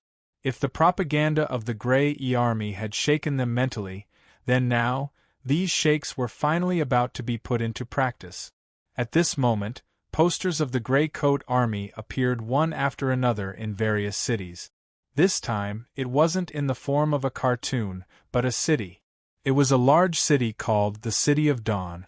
Bran naturally knew about the news of the City of Dawn. In the northern military, there were even officers who had started to research the siege strategy of the city, which was pieced together from the narratives of the soldiers who had escaped. The news offices of the various cities also knew about it, but now they had the city descriptions that they had been thinking about for a long time, but they didn't dare to publish them. The reason was very simple. If this was a place that looked like a mountain stronghold, they would immediately publish it on the front page of the newspapers and ridicule it, so that the people would recognize the reality. But now, the city walls were nearly 10 feet tall, and all kinds of defensive equipment were complete. The area inside was also unknown. If they published it, wouldn't it make the people yearn for it? But even if they didn't do it, Josiah and the others wouldn't let go of this opportunity. While the discussion was still going strong, they decisively released the news of the City of Dawn. Needless to say, this naturally became a hot topic of discussion among the people. Many people even tore down the pictures and secretly hid them at home. Although they couldn't tell what was so great about the City of Dawn from the pictures, it was enough to know that this city could withstand the attack of 80,000 regular soldiers. They had the power and a place to stay. The people had a good impression of the Greycoat Army. It could be said that if the main road to the 100,000 mountains hadn't been blocked by layers of blockades, there might have been people seeking refuge. The situation was hopeless. At this moment, the news offices of the various cities had basically given up on counterattacking. If the northern military gave the order, they would publish a few articles that didn't hurt them. If they didn't receive the order, they would continue to ignore it. Of course, they knew how delicate the current situation was. It wasn't an exaggeration to say that it was a powder keg. But what could they do? You have to find an excuse to refute me, right? Your armament department has invested nearly 200,000 soldiers, but in the end, you've suffered 3 straight defeats. They couldn't even find the right leg to flatter the horse. Compared to the news office, which was extremely annoying, the guards had a much better life. The idea that the few smart people came up with quickly spread to the various cities in the north. What? You want to capture the Greycoat Army's propagandists? That's simple. Tomorrow, I'll pick up a few half-dead men from the prison and send them to you. The prison was empty? Simple. I'll go out and capture a few gangsters. As for Tang En and Josiah in Stan City, they had also started to get busy recently. Josiah, in particular, had to improve the addresses of the secret organizations in various cities, research propaganda strategies, and collect all kinds of information. She was very busy. Fortunately, her subordinates were very helpful and shared a lot of the specific tasks. However, the most troublesome thing was the recent turmoil. Although the guards had found a way to deal with the higher-ups, it didn't mean that they didn't want to solve the problem once and for all. There was news that a secret organization in a city had been destroyed, and more than half of the people inside had died. Fortunately, this city was not far from Stan City. In the evening, in the prison, in the gloomy corridor, there was a dim yellow flame. As a place of punishment, the environment here was naturally not very good. There was a unique smell of moldy corners. Coupled with the occasional howling of the cold wind, normal people would tremble for a while. Did they confess? Damn it, I'm starving to death. Boss, are you still worried about my culinary skills? Soon, in half an hour at most, I guarantee that they'll tell you how many women they've slept with in their lives. That's good. Put in more effort. Many important people are waiting for the news. As long as there's something, you'll be rewarded. No problem. How about I show you a live performance? Get lost, I don't want to lose my appetite later. Well, I'll go out and find something to eat first. I'll bring you a few bottles of wine when I come back. Oh, I wouldn't dare. Thank you, boss. Get lost, I smell blood as soon as I get close. Creak. While they were talking, a closed iron door opened, and a fat middle-aged man with a black beard walked out. Behind him, a gloomy man with an iron hook in his left hand bowed and sent him off. Go do your work. It's best if I can see it when I come back. Before he finished speaking, the fat middle-aged man who was about to turn and leave suddenly froze. He stared blankly at the rows of prison guards on both sides of the dark corridor. Boss, what's wrong? The man behind him was behind the door and could not see the situation outside. He looked at the fat, middle-aged man's frozen movements, and could not help but ask in surprise. Then he took a step forward and looked outside. His eyes suddenly widened. In his line of sight, a man in black stood quietly in front of the fat man, holding his belt in one hand and a dagger in the other hand that was stabbed into the fat man's heart. Huff! Huff! The fat man was shocked. He opened his mouth to scream, but the blade had already cut into his throat. The warning sound turned into a whine. The man in black let go of the belt in his hand. The fat middle-aged man was leaning on the right side of the door. The man with the iron hook was lying on the fat middle-aged man's body. The two men formed a strange posture, but neither of them fell down. Through the gap between the two men, the man in black narrowed his narrow eyes and looked inside the room. About a dozen badly mutilated people were tied to the iron pillars. Behind them hung all kinds of blood-stained torture instruments. In front of him stood 7 or 8 people in prison uniforms. Some were using torture, some were soaking red soldering iron, and one was sitting behind a short table, holding a pen and writing something. Ha! The black-robed man grinned and laughed silently. Then, he pressed his hands on the 2 corpses in front of him. Whoosh, whoosh, the 2 corpses, one fat and one skinny, shot into the room like cannonballs. Then, he lowered his body and rushed inside, closing the iron door behind him. Boss? Why are you? Be careful, there are enemies. Where? Why can't I see them? Behind you. Behind you, pig-like teammate. In just a few seconds, with this strange sigh, the room became quiet again. The sound insulation of the heavy iron door was good, probably to prevent the screams inside from being too loud. But now, the sound of the guards' cries for help and warnings were cut off. Inside the room, the people tied to the iron pillars stared blankly at the prison executioners who were torturing them just now. But now, they had become corpses lying on the ground. They were speechless. The man in black who succeeded in the surprise attack did not intend to rescue them immediately. He pushed the corpses in front of the table, picked up the stack of papers on the table, flipped through it a few times, frowned slightly, and then threw it into the fireplace behind him. Clap, clap. He clapped his hands twice, and the people who were tied up woke up. The man in black took off his mask and spread his hand.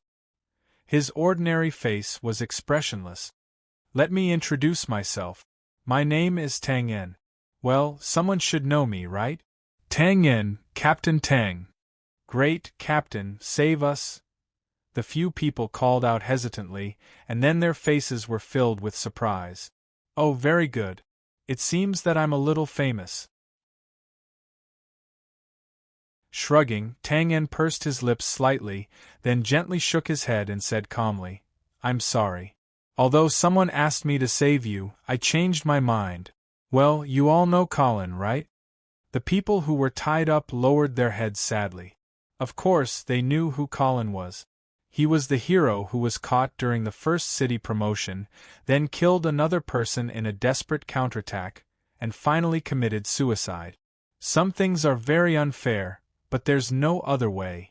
Tang En walked to the fireplace, separated a few piles of firewood, put down a red crystal, and turned around. You all know what it means to join this organization, and you've also been trained. When the organization was broken, I think there must have been people killed, and there must have been people who committed suicide. Voila! He picked up a thick chain. But you all survived. I don't want to know if you were injured or captured, or if you were cowardly. He paused for a moment before walking towards the metal door. Don't misunderstand. I'm not cursing you when I say cowardly. Everyone only has one life, so it's normal to be stingy. The chain kept wrapping around the handle of the iron door. But since you're still alive, I can only send you to your deaths. You can be angry, and curse. It's normal, I can understand. I started by saying my name first, so that you can have someone to vent your anger on.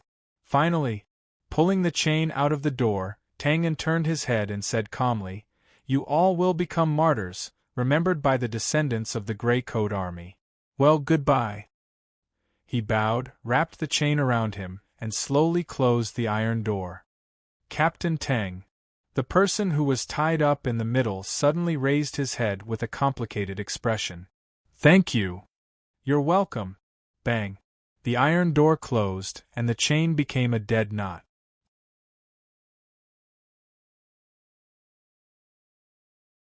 Chapter 409. It was just a prison in a small northern city. Naturally, it couldn't stop Tang En.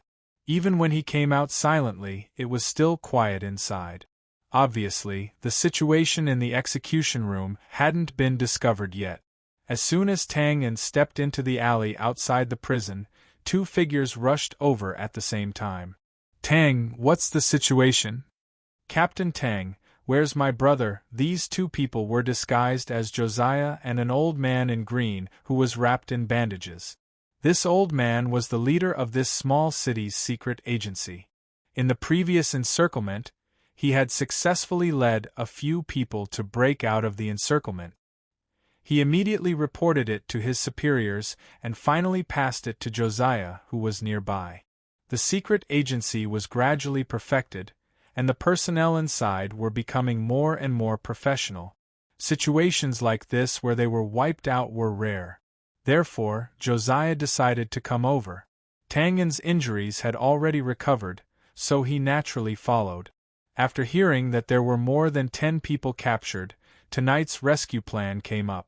Waving his hand, Tang En calmly said to the old man in green, Sorry, I went in too late. I couldn't bring the bodies out. I could only kill some guards and leave behind an explosive crystal. Josiah's face darkened and he lowered his head. The old man in green was stunned and then looked at Tang En in a daze. I found the extortion report. Tang En's expression didn't change as he met the old man's gaze and nodded. They were very brave and didn't say anything, and they're all martyrs. The old man in green was still in a daze, but he nodded subconsciously. Josiah only thought that he was too upset and couldn't accept the fact for a while. He patted him on the shoulder and comforted him. Old Ron, don't be too sad. They're all good men of the Gray Coat Army. Death can't stop their beliefs. Their names will be recorded one by one and finally engraved on the warrior tablet in the encampment. And the old man in green's mouth twitched. He forced a smile and finally nodded silently. Tang En's eyes flickered as he looked at the old man in green thoughtfully. Then, he retracted his gaze and said, Well, let's leave this place first. Calculating the time, we should explode the crystal. Before he could finish speaking, boom! The ground trembled, and the eerie prison not far away suddenly lit up with flames. Soon after, there were panicked shouts and orders, and then a large group of guards appeared and disappeared in the flames. All right, let's go. Tang En spread his hands and led the way into the depths of the alley. The green-robed old man looked at the fire, then looked at Tang En's back. His eyes drooped, and his expression returned to normal. He followed Josiah. After passing through a few alleyways, the flames in the distance were almost extinguished. Then, the faint sound of a guard whistle could be heard. Being a small city also had its benefits. Basically, a big commotion could wake up the entire city. Of course, as long as Tang En was there, no matter how these cavalrymen tried to capture them, they would not be able to catch them. After exiting the alley, there was another part of the city. Tang En used the excuse that he had other things to do to separate from the green-robed old man called Ron Sr. After Ron Sr.'s figure disappeared around the corner of the street, Josiah turned his head in surprise. Tang, what else do we have to do? Well, it's not a big deal. Tang En touched his nose and spread his hands. Look, the moon is bright and the stars are sparse. It's a beautiful day, perfect for strolling and chatting. With an old man, well, it obviously doesn't match. Pranks again. Tang, now is not the time to talk about this. After complaining a little, Josiah's face was still a little gloomy. Ever since she joined the Gray Coat Army, she had gradually become indifferent to the constant deaths of her companions. But after all, only a dozen people had died. As the leader of this organization, she was naturally not in the mood to respond to Tang En's joke. Okay, then let's get down to business. Skillfully changing the topic, Tang En stepped forward. Well, in the end, your organization is still a little lousy. It's only been a few days of emergency publicity, and these pig-brained guys from the police station saw through our whereabouts. What if we turned to spying later? Wouldn't that be the end of it? Actually, it's not that lousy. Don't interrupt. After a pause, Tang En raised his head and let out a long sigh. Forget it, there's nothing to do anyway. Let me, the veteran, do it. Well, get a dozen people to come over tomorrow, and I'll teach them some tracking and anti-tracking technique. Then, when they're roughly done with their apprenticeship, you can distribute these dozen people and teach them to other branches. Oh yeah. Josiah's eyes widened abruptly, and he opened his mouth in astonishment. Why didn't I think of this idea? I let a coolie like you stay here for so long for nothing. Hey, what's with your attitude? Tang En could not help but roll his eyes and grin. What coolie? Let me tell you, at the station, even if old General O Meng asked me to help train those soldiers, I had to be polite, and I had to owe him a favor. Josiah blinked and said obediently, Oh, I'm wrong. What kind of favor does Master Tang want me to owe you? About this? Tang En pretended to tilt his head and looked like he was thinking hard. Then, from the corner of his eyes, he caught a glimpse of a dim yellow signboard. His heart skipped a beat and he pointed at it. Let's go get a room. Okay. It's so late, we should find a place to rest. Josiah nodded and then asked with a little surprise, What about the favor? Don't I have to owe you? Tang En patted his head, looking a little dejected. This was the first time he had been hit by a real blow. Originally, he wanted to make fun of Josiah with a joke from the modern world, but now the two parties' thoughts were on completely different levels.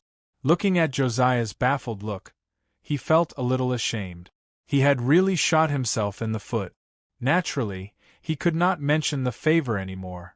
It was already late, and the two of them checked into the hotel. They said good night to each other and went to their own rooms. 10 minutes later, the window moved slightly, and Tang En appeared in his black figure. He glanced around and jumped down lightly. Of course, he was not going to find Josiah to get a room. In fact, he was looking for old Ron. To be precise, he was looking for surveillance. This is troublesome. Previously in prison, Tang En had the opportunity to rescue the 10 people, but he did not do so in the end. As mentioned before, since he had joined this secret organization, he had to have the awareness of being arrested and committing suicide. This was a dark business, and the threshold was to be able to risk one's life. If he saved them this time, it would not only be unfair to those who had committed suicide before, but the consequences would also be devastating. Because the next time they encountered such a situation, it was inevitable that some people would have the mentality of waiting to be rescued by chance instead of choosing to commit suicide to keep the secret. These principles were not complicated, but they could become complicated in the face of emotions. Those 10 people were old Ron's direct subordinates, and they lived together day and night, so their relationship was naturally deep. Tang En's excuse of being late could deceive Josiah, who had just arrived with him, but it might not be able to deceive old Ron. After all, as long as he used a little means, he would know that the 10 people were still alive a few minutes ago. In fact, according to Tang En's observation in the alley just now, old Ron should have known about a similar situation. Then things would be simple. They were still alive before, but as soon as you went in, they killed all of them. It didn't make sense. So Tang En used the excuse that he had something to do to send old Ron away after that, because he had something to do. If old Ron wanted revenge, taking advantage of Josiah's presence would undoubtedly be the best time. But at that time, Tang En would not hesitate to kill him. But if old Ron's rationality had prevailed over his emotions, and if he had not done so, then Tang En would not have killed him, let alone asked him to keep this matter a secret. Of course, even if he wanted to keep it a secret, he might not be able to. Even if old Ron did not say anything, the police station would have to give an explanation for tonight's explosion. But this was also precisely Tang En's real goal, to take advantage of this somewhat cruel and cold-blooded matter to thoroughly establish the style of the secret organization. Then, the dozen or so people he had trained would consolidate it. As for how the people of the secret organization would view him after that, to be honest, Tang En really did not care. If Josiah asked, well, then he would just deny it even if he was beaten to death. After all, there was no conclusive evidence.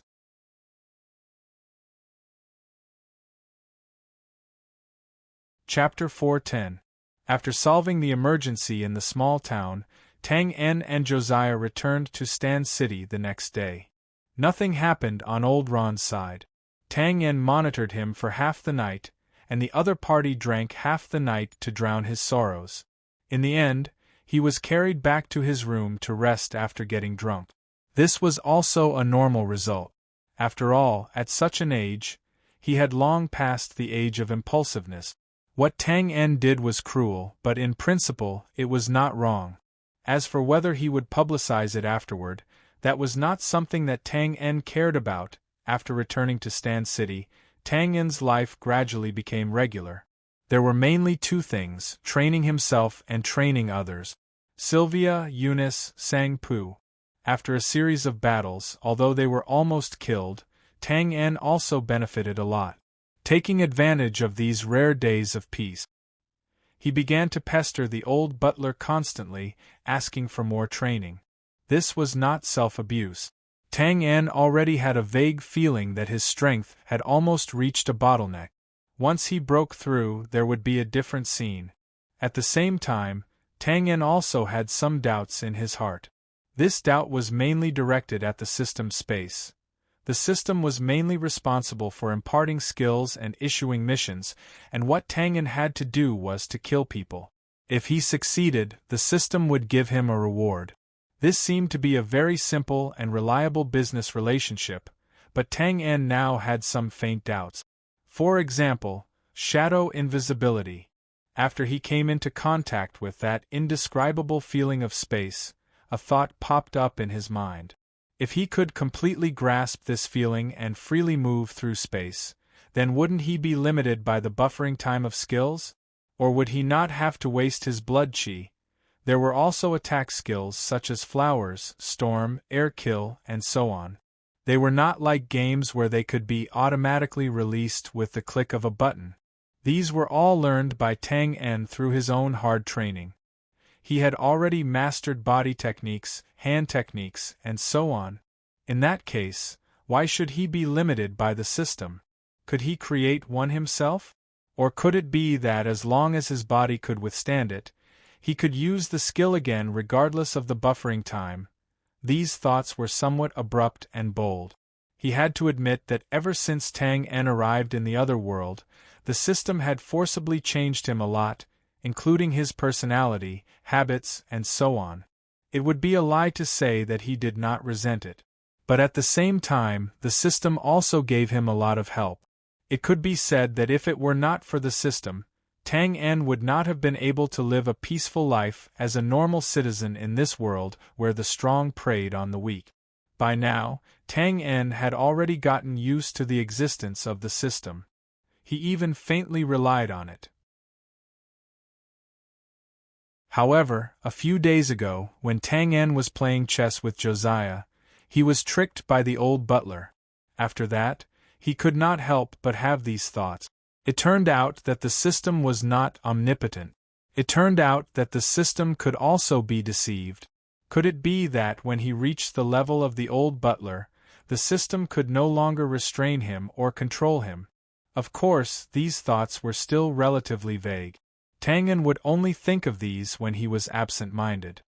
His main goal now was to improve his strength and strive to break through the bottleneck as soon as possible.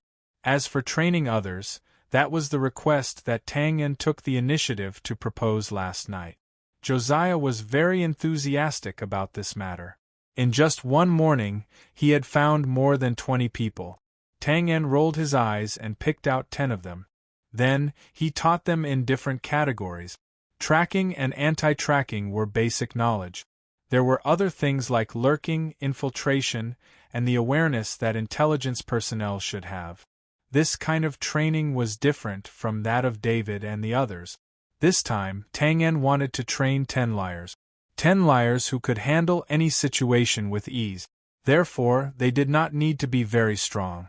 As long as they were smart, bold, and careful, it would be enough.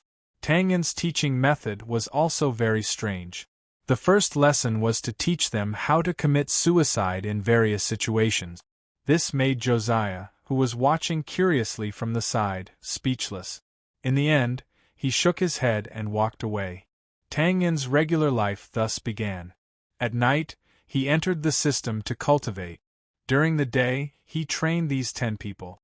Sometimes, when he needed to combine theory with practice, he would take them to the city's police station, prison, aristocratic gatherings, and so on for a stroll. Something else happened during this time. Tang En's actions in prison were finally partially exposed. It was not Ron Sr. who said it. In order to shirk responsibility, the prison guards in the small town wantonly exaggerated how the Gray Coat Army members killed their own compatriots and so on. This matter also caused some impact. The newspapers in more than a dozen surrounding cities reported it one after another. Josiah also came to ask about it in a roundabout way. Of course, Tang En flatly denied it, saying that he was not that kind of person. Josiah might not necessarily believe these words. She was too familiar with Tang En's personality and style. She even vaguely felt that the truth was as the newspaper said. However, Tang En refused to admit it. He also vaguely reminded her that there was no evidence. Josiah had to let the propagandists fight back, saying that the other party was a thief crying thief. In the end, the matter was left unsettled. This still had an impact. At least during this time, the secret agency personnel in Stan City looked at Tang En a little strangely. It was not discussed. After all, everyone knew that this was the principle of the agency. However, the act of killing more than 10 of their companions inevitably made people feel a little uncomfortable. Of course, Tang En did not care about this. He even used it as a teaching material to talk to the 10 people about how to deal with it and so on. In the end, the 10 people all agreed that they should commit suicide before being arrested. This made Tang En feel very comforted.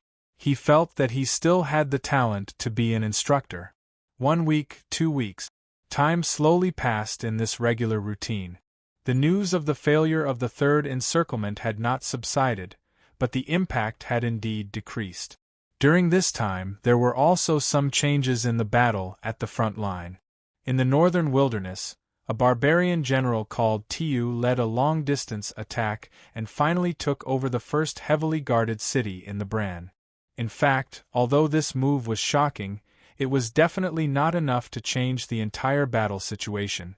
However, after Tu took over the city, he caught the personnel of the propaganda office who did not have time to escape. In the end, he forced them to publish a newspaper and wantonly spread it everywhere. Of course, the content was not good. Other than praising himself, the rest was a provocation to the Bran. He said that the famous generals were dog sh*t, the soldiers were trash, and that they would be able to take over the entire northern Bran in just a few days. The people of the mainland had different reactions to this. Some were panicking, while others were cursing the Blank's army for being disappointing. However, there was a unified statement, which was to ask Z to step out of the Grand Border Fortress and suppress the arrogance of the barbarians. There was a reason for this statement. The northern region was currently bustling with activity, but the Grand Border Fortress was the only place where the barbarians did not invade. It was unknown whether it was because of Z's reputation or some other reason. As such, the Zechen Legion, which was the strongest in the Bran, could only stay here and do nothing. Of course, the words of these people would not reach the ears of the higher-up. Furthermore, even if they did, the Grand Border Fortress was the most important city in the north. Other than Z himself, no one dared to let him lead his troops out of the fortress. Otherwise, once the fortress was breached, the barbarians would be able to take over thousands of miles of land in the north. On the whole, although the Bran Empire was in constant trouble, there were no qualitative changes. Everyone thought that this balance could be maintained for a period of time, but 100,000 Mountains, Mountain Pass. Although it was called a mountain pass because it was built on a temporary basis, it was not the military type. There were a few large trees in the middle of the mountain pass, and 10 or so spear-wielding soldiers were leaning against the trees in boredom. There were also a few military tents to the side, and there were about 100 or so soldiers inside. There were many such simple mountain passes in the 100,000 mountains, especially after the failure of the third encirclement. They guarded the path to the outer regions of the mountain, but their goal was not to guard the barren mountains, but to guard the Grey Coat Army's encampment inside. The only difference was that this mountain pass was located at the very front, so there were more soldiers guarding it. It was the same noon, and the gloomy sun was high in the sky. It was the same barren mountains, and the cold wind was blowing. Everything was normal. The soldiers were talking nonsense as usual, waiting for the shift to change. Then, they would enter their tents and gamble with others. It couldn't be helped. Life here was really boring. Even if they were officers, they could only turn a blind eye to this kind of behavior that clearly violated the rules of the military camp. At this moment, thud, thud, thud, a soldier suddenly frowned, looked at the foot of the mountain in front of him, and then looked again. He turned his head and asked, "Do you guys hear anything? Sound? What sound?" "I think so, the ground is shaking a little." "Is it? This barren mountain? Is there going to be an earthquake?"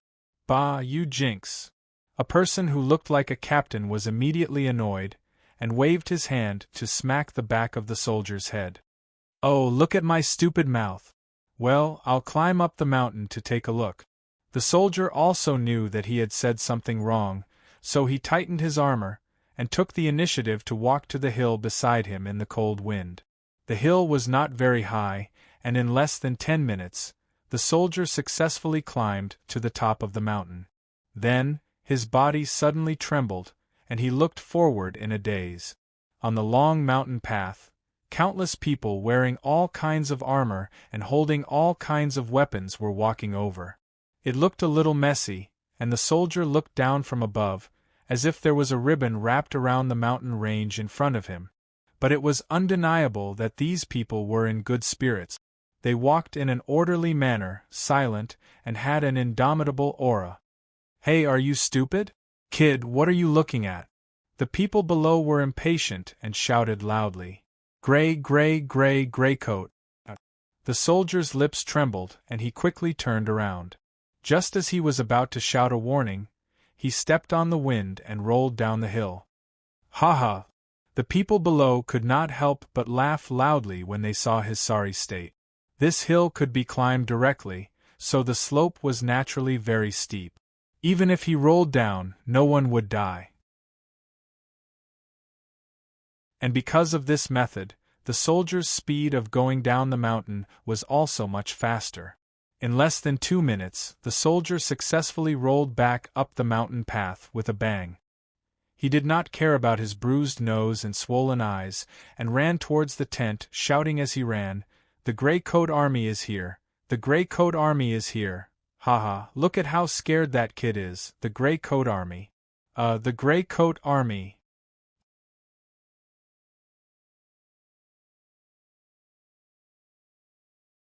Chapter 4:11. On a certain day in the winter of year 555 of the Bran calendar. This day would eventually leave a deep mark in history, because the Grey Coat Army, the largest independent force in the history of Bran, had officially changed from their previous state of fleeing to taking the initiative to attack. The first to receive this news was undoubtedly the Northern Military Division. The few big shots had different reactions. Some sat behind their desks in a daze, unable to digest the news for a while. Some smashed their teacups and roared loudly about what these lowly people were trying to do. Some simply asked the person who delivered the news repeatedly to confirm if they had heard wrongly. Attack? They actually attacked, for a long time. Most of the Bran nobles and high-ranking military officials had the impression that the Grey Coat army was fleeing and preparing to flee. The big shots naturally felt that they were on the side of the strong and righteous. As for the inconspicuous Grey Coat army, they would fight. If they couldn't kill them, they would just leave them be and fight again later. It was just like shooting prey in a hunting ground. It was impossible to kill all of them in one go. But it didn't matter. It was just for fun. But now that the Grey Coat army had officially launched their troops with the momentum of thunder, they were suddenly stunned. Yes, since the other party had defeated nearly 200,000 troops, why couldn't they take the initiative to attack? When Josiah received this news, she probably had the same feeling. But unlike the big shots, when she came back to her senses, her heart was filled with an uncontrollable strong sense of confidence. This matter didn't need to be publicized at all. The people in the cities around the 100,000 mountains could easily notice that the atmosphere in the city was changing. First of all, the city gates had been opened for a limited time and the people were not allowed to go out. Then, the nobles dragged their families out of the city and moved towards the interior. Then, a large number of regular soldiers gathered at an extremely fast speed and dispersed to the various roads leading to the 100,000 mountains. These were the soldiers that the military division was preparing to support the front line. But now they couldn't care less about this. They hurriedly transferred over to stop the Grey Coat rebels from attacking the city. The Grey Coat army is attacking. The people tasted the news, and for a moment they had mixed feelings. To sum it up, there was a sense of uneasiness brought about by the unreality of the situation, but also a sense of anticipation and excitement. The Grey Coat army led by Rosa had been in the public eye for more than 10 years. The publicity work of Josiah's secret organization had also been paving the way for more than half a year in various cities. These were all very close to the people, but sometimes they also felt very far away. After all, their impression of the Grey Coat army was based on hearsay. Even if they knew that there might be a Grey Coat army propagandist around them, they had never seen them with their own eyes. Coupled with the continuous corruption of the official newspaper, it was inevitable for them to feel uneasy about guessing. As for expectations, that was simple.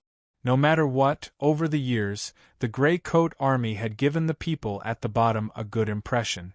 If the Grey Coat army really did invade the city, they would be a part of it whether they were willing or not. Does that mean I don't have to pay taxes? Or does that mean I don't have to look at the faces of the nobles anymore? Of course, there were also people who firmly believed that the Grey Coat army was the rioters mentioned in the newspapers. They claimed that once they entered the city, there might be uncontrollable chaos such as burning, killing, looting, and so on. However, no matter how complicated the thoughts of the people were, they couldn't leave the city like the nobles. They could only passively accept the result. The army was unstoppable. This was the most appropriate way to describe the army that the Grey Coat army had sent out. Of course, this was the inevitable result. The checkpoints in Sherwan Mountain could only be used for reconnaissance. How could they count on a few hundred soldiers to fight against an army of tens of thousands? What a joke! When they first discovered the army, they began to flee in a hurry. Oh, they didn't flee. It was a strategic retreat. At least they brought back all kinds of information about the Grey Coat army. Gradually, the information was quickly gathered and transmitted to the military in the north. D***, where did they get so many people? In front of the tactical map, a big shot covered his head and roared. Now, on the map of the military in the north, the army that the Grey Coat army had sent out was divided into about 6 to 7 groups. Each group had nearly 10,000 soldiers.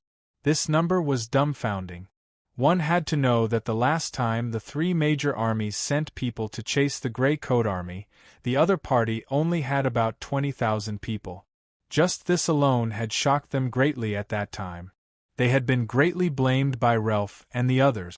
Moreover, although the Grey Coat Army had defeated nearly 200,000 regular soldiers before and after, that was in batches. In the eyes of the big shot, there was a large element of luck involved. Just like the last time, the other party had directly killed the commander with a cannon. How could they not win after that? But now it was hard to say whether it was luck or not. At least, the Grey Coat Army should have 80,000 soldiers. 80,000! The few big shots looked at each other and sat back in their chairs powerlessly. This matter had blown up. It was not that the military in the north could not afford to send out soldiers of the same level, but what was the situation now? There was still a war at the front line. How could they throw 100,000 soldiers to start another war here? Needless to say, this matter could not be covered up. Someone from the capital would definitely come. Then, they would bring the punishment order for their inaction. If they walked on the mountain roads, it would take about 2 days to reach the City of Dawn from the surrounding cities. If the army moved, it would be much slower. It would take about twice the time. After the latest information was sent back, the checkpoints quickly retreated. The Grey Coat Army had split up and went to Barrack City. The Grey Coat Army had split up again. This time it was Stand City. The Grey Coat Army had merged. All kinds of messy information were sent back to the rear. The soldiers who had rushed over could only move back and forth between the various cities. Just like how no one knew how many mountains there were in the 100,000 mountains, no one knew how many mountain roads there were. Winding and winding, thousands of turns. It only took a few hours for the Grey Coat Army to split up and merge again. However, the soldiers on the periphery might have to march for a day because of this. At this time, no matter how stupid the people in the military affairs department were, they knew that the Grey Coat Army was playing with them. Of course, while they were cursing, they had no choice but to take action. They had no choice. As long as one of them broke through the 100,000 mountains and captured the city, they would be in big trouble. On the fourth day, the soldiers on the two wings of the Grey Coat Army approached the center on the winding mountain road. After pausing for half a day, an army of about 70 to 80,000 people was officially formed. Then, they no longer hesitated and approached the periphery. At this time, regardless of whether the military affairs department wanted to fight or not, they could only brace themselves and send troops forward to fight. There was no choice. The defense force at the place where the Grey Coat Army went was not enough. If they could not stall for time, the point in front of them would be directly broken through. In the morning, 80 kilometers away from the nearest city. 5,000 brand regular soldiers against 80,000 Grey Coat Army soldiers. Defeated. In the afternoon, 70 kilometers away. 8,000 regular soldiers. Defeated. In the evening, 60 kilometers away. 15,000 regular soldiers had been defeated. Even the low-level students of the military academy knew that this kind of tactic was a taboo on the battlefield. But now, the big shots of the military affairs department could only crazily gather the scattered soldiers while secretly swallowing this bitter fruit and adding this stupid decision to their resume. 3 battles, 3 victories. The next morning, 50 kilometers away. Under the gaze of the 30,000 brand soldiers who had rushed over, the Grey Coat Army suddenly stopped. Then, they began to cut down trees, move stones, and other things to build defensive fortifications. It was as if they were going to stay here permanently. The confrontation had officially begun.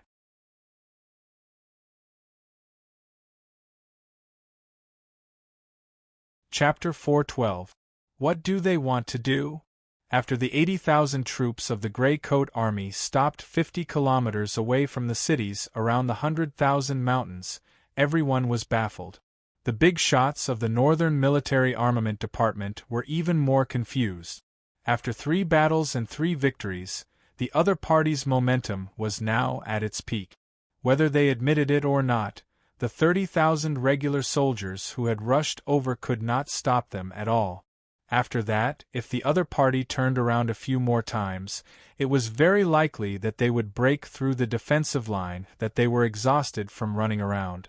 However, at this critical moment, the other party stopped to set up camp. However, they did not have the time to think about what conspiracy was inside. The big shots all heaved a long sigh of relief.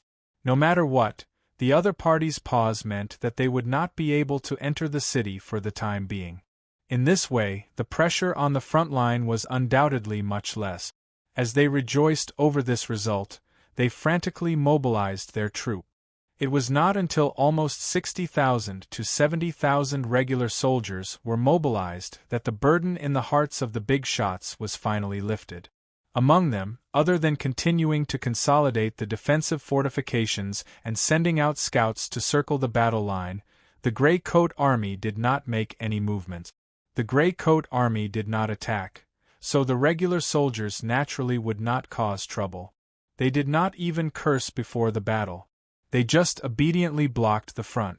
This result was inevitable. The military armament department was not clear about the strange situation on the Gray Coat Army's side, but they all knew that the soldiers blocking the road were all frontline reserves. It would be best if they did not suffer any losses. Therefore, in this barren mountain, nearly 200,000 soldiers formed a strange standoff a few miles apart. Undercurrents were moving. In the afternoon, Stand City. Tang, what do Aunt Rosa and the others want to do?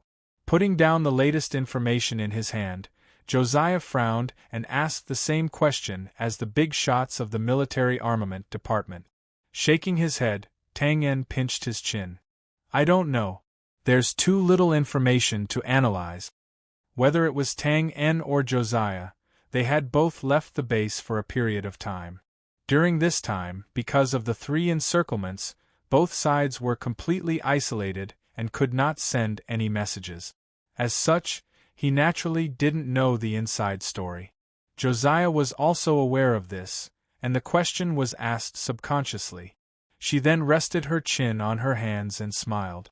Haha, but no matter what, Tang, I feel that we are getting closer and closer to success this time. Tang En didn't deny it. He nodded and sighed. Thank you for this excellent opportunity, or rather, thank the barbarian tribe. Ha, yes, thanks to the savage tribe. Josiah stuck out his tongue and laughed. Everyone knew that if the savage tribes hadn't launched this rare large-scale attack, they wouldn't have been able to escape. The 80,000 men of the Gray Coat Army wouldn't have been taken seriously by the Bran Empire. Even if the military armament department couldn't handle it, tens of thousands of men from the 3 major corps at the front line could be transferred back. That would be enough to deal with the Gray Coat Army. After that, the two chatted for a while. In fact, it was mostly Josiah talking about how she looked forward to the situation when the Gray Coat Army broke into the city. Tang En wasn't too interested. After a while, he put on a white-rimmed 4-cornered hat and prepared to go out. Which noble's party are you attending this time? Josiah was of noble birth. Naturally, she knew that this kind of attire was used for parties. The 10 people she sent over had been training with Tang En for nearly a month. Now was the time to put it into practice. Baron Sheridan in the city got a new BMW, so he organized this party. Tang En spread his hands. Of course, this is the reason on the surface. In fact, he's going to have a tryst with the wife of a rich businessman. You nobles like to do this kind of thing. Well, do you want to go? Forget it, I'm not going. Well, bring some desserts back. I haven't eaten them for a long time. I kind of miss the taste. Now was a special time. Josiah had a lot of things to deal with. Naturally, it was impossible for her to participate in such a boring party. It's not like I don't have money. My current identity is a foreign noble. In any case, I'm still a respectable person. Stealing desserts. Tang En smoothed out his gorgeous robe, relaxed his body, and raised his head slightly. The corners of his mouth were slightly raised. After a few movements, Josiah's eyes lit up. Of course, she was familiar with this kind of elegant and intimate, but also a kind of arrogant and indifferent attitude of a noble. However, this image collapsed when Tang En spread his hands and revealed his usual mischievous smile. Well, it's quite interesting to do it once in a while. Well, wait for me.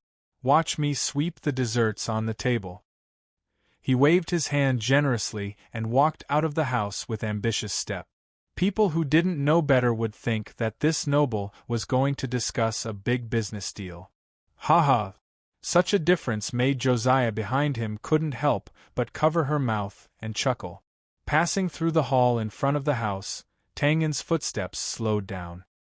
He narrowed his eyes and looked up at the bleak sun outside the gap in the eave. He sighed softly. In fact, when he answered Josiah's question just now, Tang En had a guess in his heart. However, in the end, he didn't say it out loud for some reason. Tang En remembered that when he first joined, he heard Josiah talk about the Gray Coat Army's principles. The contents of these principles were quite practical and were especially beneficial to the lower-class civilians. However, after careful analysis, he found that these principles didn't touch on a key issue. For example, one of the principles was that civilians should participate in the political power. Whose political power was it? Of course, it was the Brand's. Therefore, the current actions of the Gray Coat Army were not difficult to understand. Rosa had led the Gray Coat Army for more than 10 years. She walked the path of rebellion. However, Tang En could tell from her usual words and actions that Rosa had no intention of overthrowing the Brand Empire. Now that she had mobilized the army, she probably wanted to use this opportunity to force the Brand to negotiate and finally achieve the content of the previous principles. Tang En had reservations about this point in his heart. He came from the modern world and had seen this kind of recruitment history.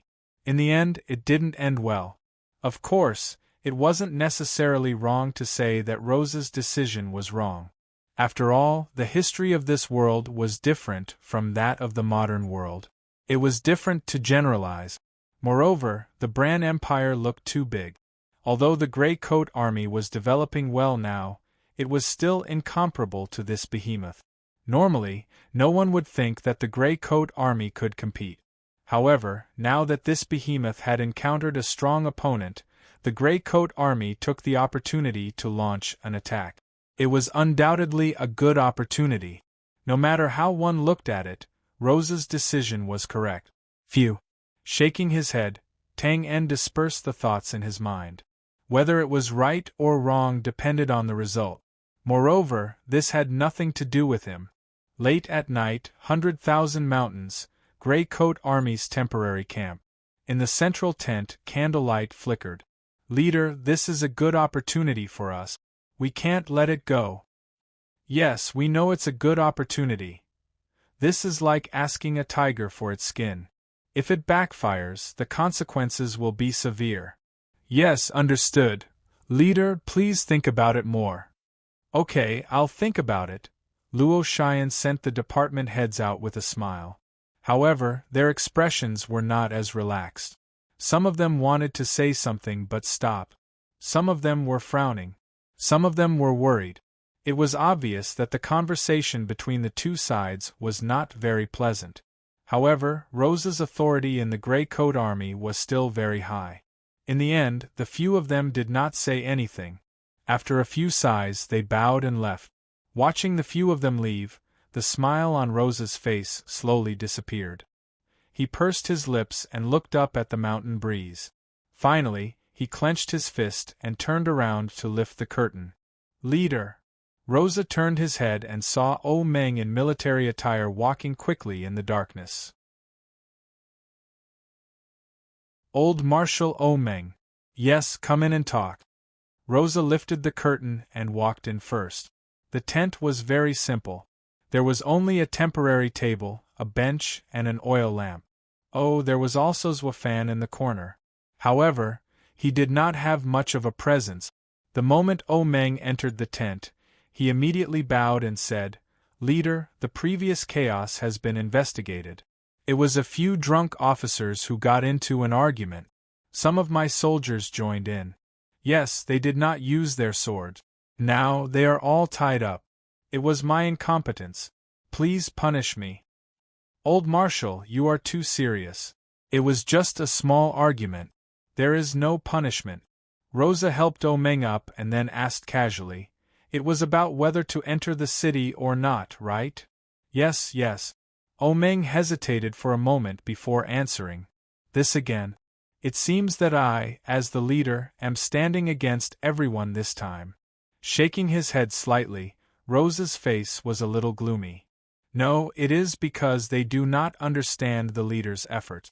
"Old Marshal, have a seat." Rosa smiled bitterly and gestured with his hand. Then, he sat back on the bench. After a moment of silence, Rosa said, "Actually, they are not wrong. The battle at the front line is intense. If we attack, we should be able to take down a few cities. If the situation is good, we might be able to compete with Bran. But, Old Marshal Omeng, you were invited by me. Before we joined the Grey Coat Army, we had taken down a city." Omeng nodded. "I have heard of this. Yes, everyone knows about it. The city was destroyed and the leader was killed. Only about 1,000 soldiers managed to escape. At that time, very few people mentioned the situation in the city. Most of the old people from that time have been sacrificed. I know that when we first entered the city there were restrictions. The leader also said not to disturb the people. Therefore, the Grey Coat Army soldiers rushed into the houses of the nobles and rich merchants. They killed the original owners, stole the gold and silver, and abused the women. Unable to stop them, some of the leader's relatives and direct descendants also joined in. However, there were only so many things. Those with more power snatched more, and those with less power snatched less.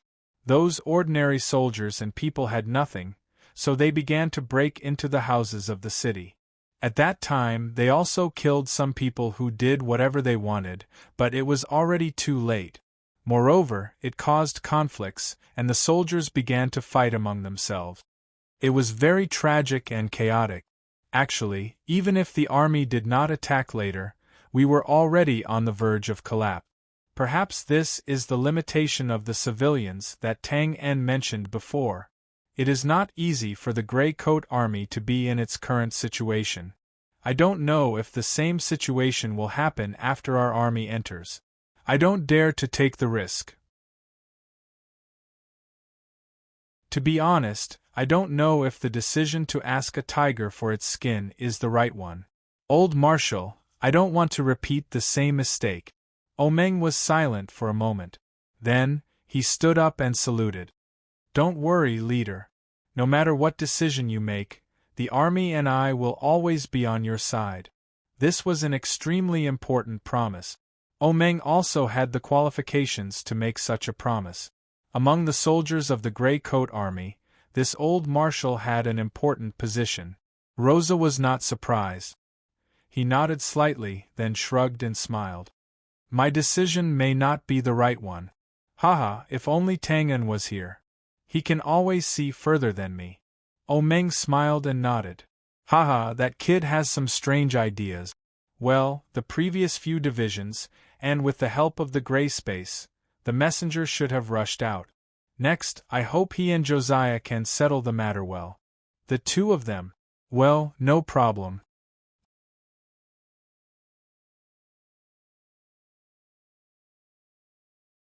Chapter 413.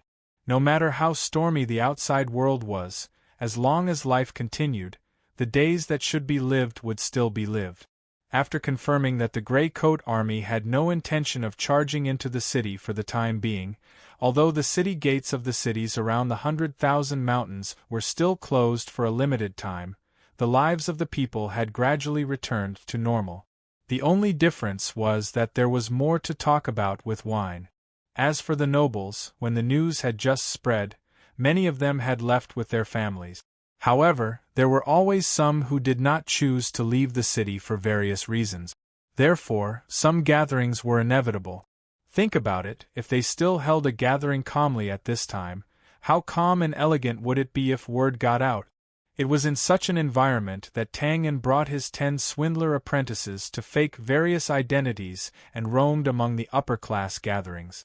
Generally speaking, the nobles were still very well informed. Therefore, Tang En's request for these people was to collect as much information about the Grey Coat Army as possible after they had adapted to their various identities and temperament. It had to be said that the results were remarkable. In comparison, Josiah's secret organization was much inferior. Of course, this was inevitable. After all, the various cities now restricted the flow of people, so Josiah naturally received much less information. In the evening, in the attic where the secret organization was located, Tang En brought the 10 or so people back to eat and drink to their heart's content. Matt, you've improved a lot in your treatment of people recently. Not bad. However, you still have to pay attention to your image. Who the hell would pick up a large plate of beef and start eating at a noble gathering? You're a rich businessman, not a hungry dog. Haha. I was hungry when I was young. I can't stand the sight of meat. And I don't know what happened today, but the dessert on the table disappeared in a short while. Captain, I'll definitely change next time. Ahem, it's good that you know. And you, Cliff, don't just laugh at others. That madam already stretched out her arm. Why didn't you kiss her hand immediately? Captain, I'm just not used to it yet. The skin on that old lady's hand was loose, and she was smeared with so much powder. She looked like rotten and moldy cheese. I was scared when I saw her. Ha ha ha ha. While talking and laughing, Tang En patted his forehead and walked into the attic. The dozen or so people followed behind, laughing and mocking each other. Looking at Tang En's back, their eyes were filled with undisguised worship. This admiration came from his own astonishing changes, as well as the sense of accomplishment from receiving valuable information from time to time. After training for nearly a month, everyone was familiar with each other. Even though they were still in awe of Tang En in the beginning, the dozen or so people gradually let go of the burden in their hearts and joked occasionally. Although Tang En didn't let them call him boss or instructor, he directly said that it was because they were too stupid and couldn't afford to lose face. But in their eyes, Tang En, an extremely legendary figure, was undoubtedly their instructor. As soon as he entered, Tang En saw Josiah running toward him. He waved his hand and said, "That's all for today. You can leave now." When the dozen or so people heard this, their faces became serious. They bowed and saluted, then dispersed. With a flip of his hands, Tang En took out a bag full of desserts from under his gorgeous robe and greeted them.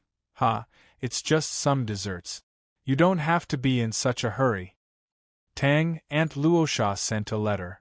At Pullen Port, along the road where Tang En chased after Sessman, a group of obviously distinguished people were about to walk down from the luxurious ship. Is this the Pullen city that is said to separate the north and south of Bran? It doesn't look like much. An old man in luxurious clothes stood at the side of the ship, glancing at the port, and said rather reservedly. The old man next to him shook his head and smiled. "Sir Simpson, there's only one capital city. In terms of prosperity, this place naturally can't be compared to the capital city. But here, the north and south converge. The scenery and buildings are mixed together.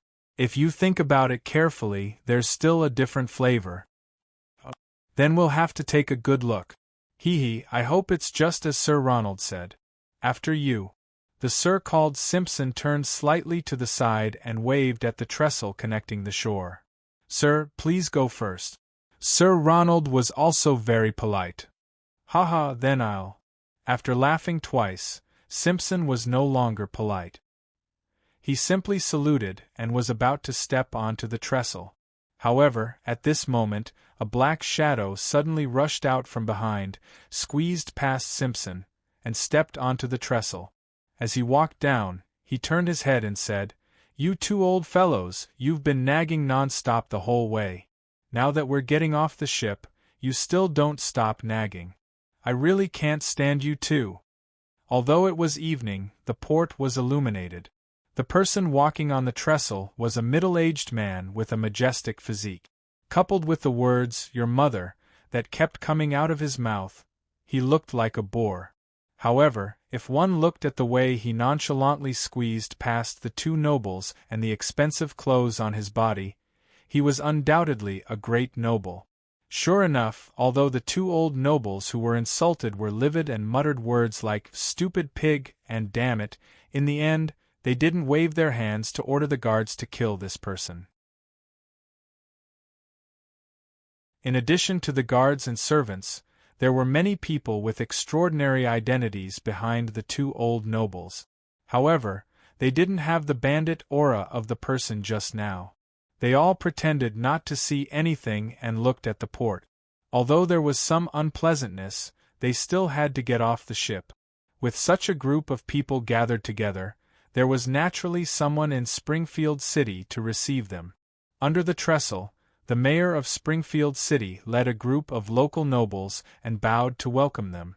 Because he didn't see the situation just now, the enthusiastic mayor was rebuffed by Simpson and Sir Ronald. His words and actions immediately became more cautious. From this point of view, this group of people from the capital did indeed have a great background. After the mayor carefully greeted them, he pointed to the carriage not far behind him and said, "Sirs, you must be tired from the journey. Now that it's late, why don't you rest in the city first?" Regardless of whether their identities were the highest, Simpson and Ronald were the oldest people in the group. This kind of matter naturally had to be handled by them. However, just as they were about to speak, the majestic middle-aged man from before looked around and said, as if there was no one else around, "Strange, where did that kid Philip go?" Simpson and Ronald's faces darkened again, but when they heard that, they still swept a glance at the crowd behind them and asked in a low voice, "Philip, Philip." As a group of nobles, when it came to the differences between the North and the South, their words and actions had to be elegant. However, this majestic man didn't care about that and shouted with a rough voice. His loud voice reverberated throughout the harbor, causing Simpson and the other two men to roll their eyes. "Coming, coming." After a series of responses, a figure appeared on the bow of the ship. While tidying up his clothes, he walked down the trestle. He had the appearance of a young man with a handsome face. His clothes were a little disheveled, as if he had just been entangled with someone. In addition, there was a red lipstick mark at the corner of his mouth that hadn't been wiped clean. Well, this was the friend that Tang En and the others had made during the negotiation, the wolf of the imperial capital, Philip. These two. Simpson looked at Philip, then at the majestic middle-aged man beside him, and the corner of his mouth twitched as if he had a toothache. "Ha ha, Philip, where's your woman?" The majestic middle-aged man seemed to be quite familiar with Philip, and he asked with an arm around his shoulder. Philip wiped the red lipstick from the corner of his mouth and replied indifferently, "She went back with the ship. Our fate has come to an end." "Ha ha, that's a well-tested reason." The majestic middle-aged man shook his head and laughed, as if he knew about Philip's situation. Since everyone had gathered here, the next step was naturally to rest at the place that the mayor had arranged. However, the majestic middle-aged man had another problem. He waved his hand at the mayor and said, "No need, just tell us the address." "Oh right, give us the address too. Which city has the most beautiful women? Don't say you don't know what I mean." He paused for a moment, and under the mayor's dumbfounded gaze, he stretched his muscles and bones. "Damn it, I didn't want to use the teleportation array, and had to take the ship. I've been bored to death these days. What are you still standing there for? Hurry up and tell us the address. Right, who else wants to go? I'll treat you." Awkward silence. Simpson and the others knew this guy's style, so they were not surprised. They put on an expressionless face, as if they did not know this person. However, the nobles who came to receive them were a little dumbfounded. What was going on? This person from the capital, he was indeed bold and unrestrained. No one is going? Philip, you're not going either? Philip scratched his head and spread his hands. I'm not interested in that. Oh, I understand. You like to seduce the ladies of good families. The majestic middle-aged man patted his head and looked around. Seeing that no one responded, he waved his hand disinterestedly. Forget it. It's really boring to come out with you. Each and every one of you is either too old or too pretentious. He muttered the last few words in a low voice, but it was enough for everyone to hear. After the shock, the nobles lowered their heads and pretended not to hear. Although the rest of the people accompanying them were also angry, they did not lower themselves to the same level as him. However, the two old men, Simpson and Ronald, could not take it any more. They had already been provoked, and now they were being told that they were too old. Alex, watch your words and actions. Look at you, where are the manners of a noble? Simpson shouted angrily. Nobles, no matter how angry they were, would generally not do something as disgraceful as insulting to someone's face. Relatively speaking, this kind of questioning that the other party did not have the manners of a noble was already a very heavy insult. However, the majestic middle-aged man called Alex did not care at all. He curled his lips. What's wrong with me? I'm just speaking the truth. Tell me, can you still do it or not? If you can, let's compete. You will die in the hands of a woman sooner or later. It's a curse. You want to die like this, but it's a pity that you can't do it anymore. Yaya. Sir Simpson. Hurry up and get a doctor. Go to the church, it's near here. As Simpson suddenly fell to the ground, the harbor immediately turned into a mess. In the midst of the chaos, Alex took 2 steps back speechlessly and spread his hands. This trick again, pretending to faint when you can't win. Hey, everyone saw it, I didn't hit him. If anything happens, don't come looking for me.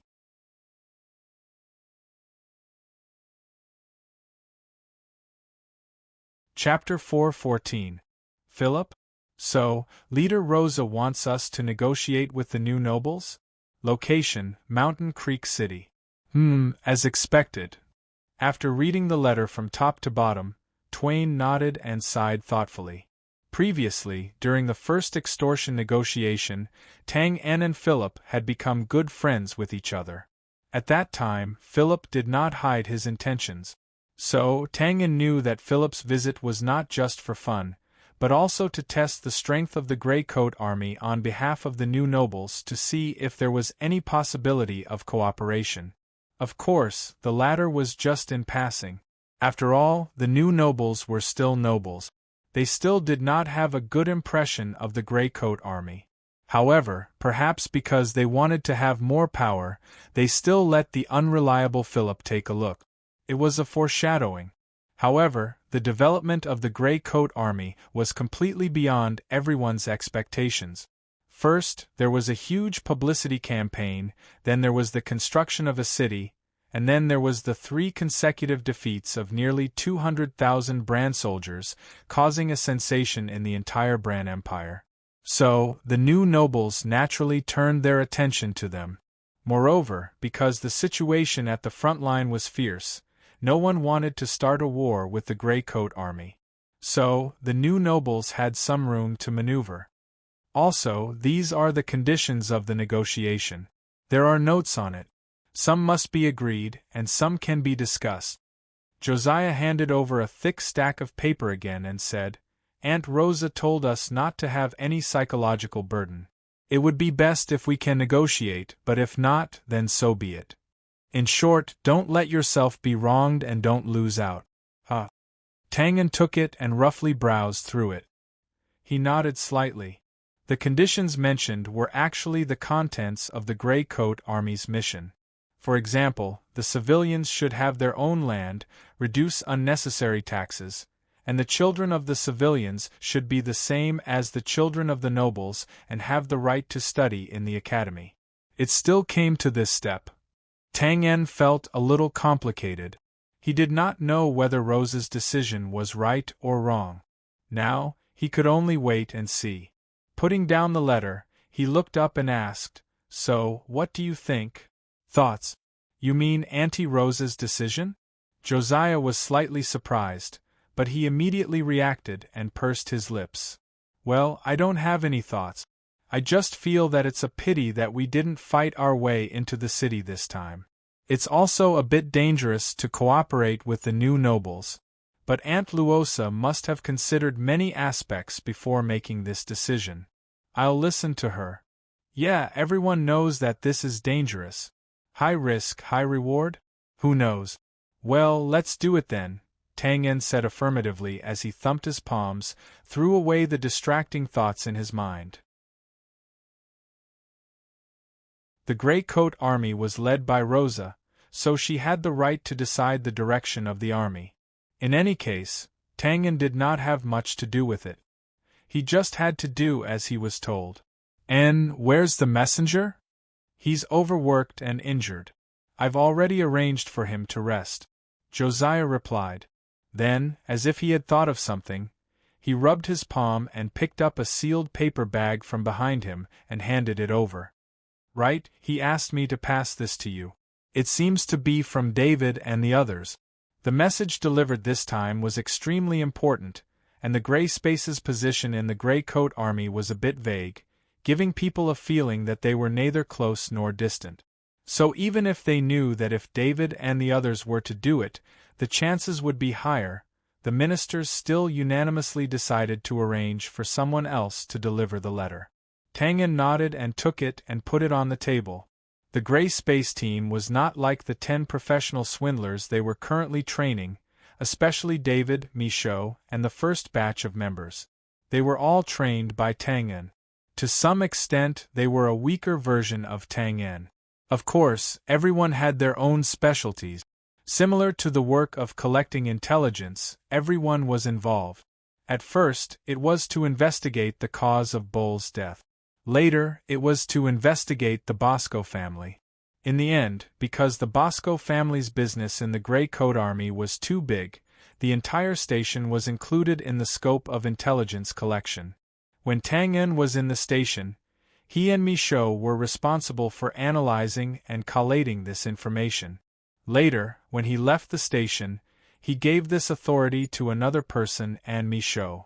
The thick paper bag in front of them was undoubtedly the information about the current situation of the Grey Coat Army. Because they had to rush to Mountain Stream City recently, the matters here were naturally dealt with first. Therefore, Tang En and Josiah did not talk much. After chatting about Rosa's decision, the two of them went back to their respective rooms. While opening the paper bag, he walked into the room, lit the oil lamp, and took out 2 large stacks of organized information. After flipping through them slightly, Tang En could not help but touch his nose awkwardly. At that time, he had left in a hurry and did not tell Michaud the news of the other person, so the 2 pieces of information he received now were somewhat similar in content. Tang En first picked up Michaud's piece of information and flipped through it. After a moment, he frowned thoughtfully. There were useful and useless pieces of information. Michaud was meticulous, so naturally, he had sorted out the important pieces and handed them over. It talked about the development and changes of the Grey Coat Army after he left, and it highlighted the Bosco family. There was nothing much to say about the former. It was developing at a high speed according to the plan track. However, the latter had changed a lot.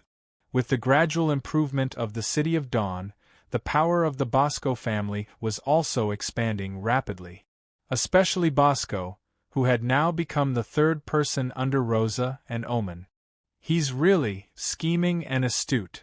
Seeing that this old guy was so proud of himself, Tang En was naturally a little unhappy. However, after thinking about it, this was a normal result. With the gradual increase of personnel and the establishment of the station, the Grey Coat Army was becoming more and more standardized. The Grey Coat Army was becoming more and more standardized. In the past, it only required a few ministers to make a decision. Now, due to the large implications, they had no choice but to set up their own departments. In this way, they naturally needed professional talent. Most of the people in the Grey Coat Army were commoners, and even a few of the higher-ups were only literate. Naturally, they were not capable of doing so. At this time, the advantage of the Bosco family was also shown. Don't forget that when they were besieged by the Bran Empire, they had brought their entire family to join the Grey Coat Army. As long as they were nobles, even if they were not successful, they would have received basic education in the academy. In this way, it was naturally much easier for them to deal with things than for commoners who were illiterate. In this way, the Bosco family would naturally obtain their current status. At that time, the base plan was proposed by Borg under the instructions of Bosco. It could be seen that such a result was already within Bosco's expectations. This was not considered a conspiracy, but an open and above-board scheme. After all, the Grey Coat Army had to take this path eventually. Bosco just wanted to make it happen faster.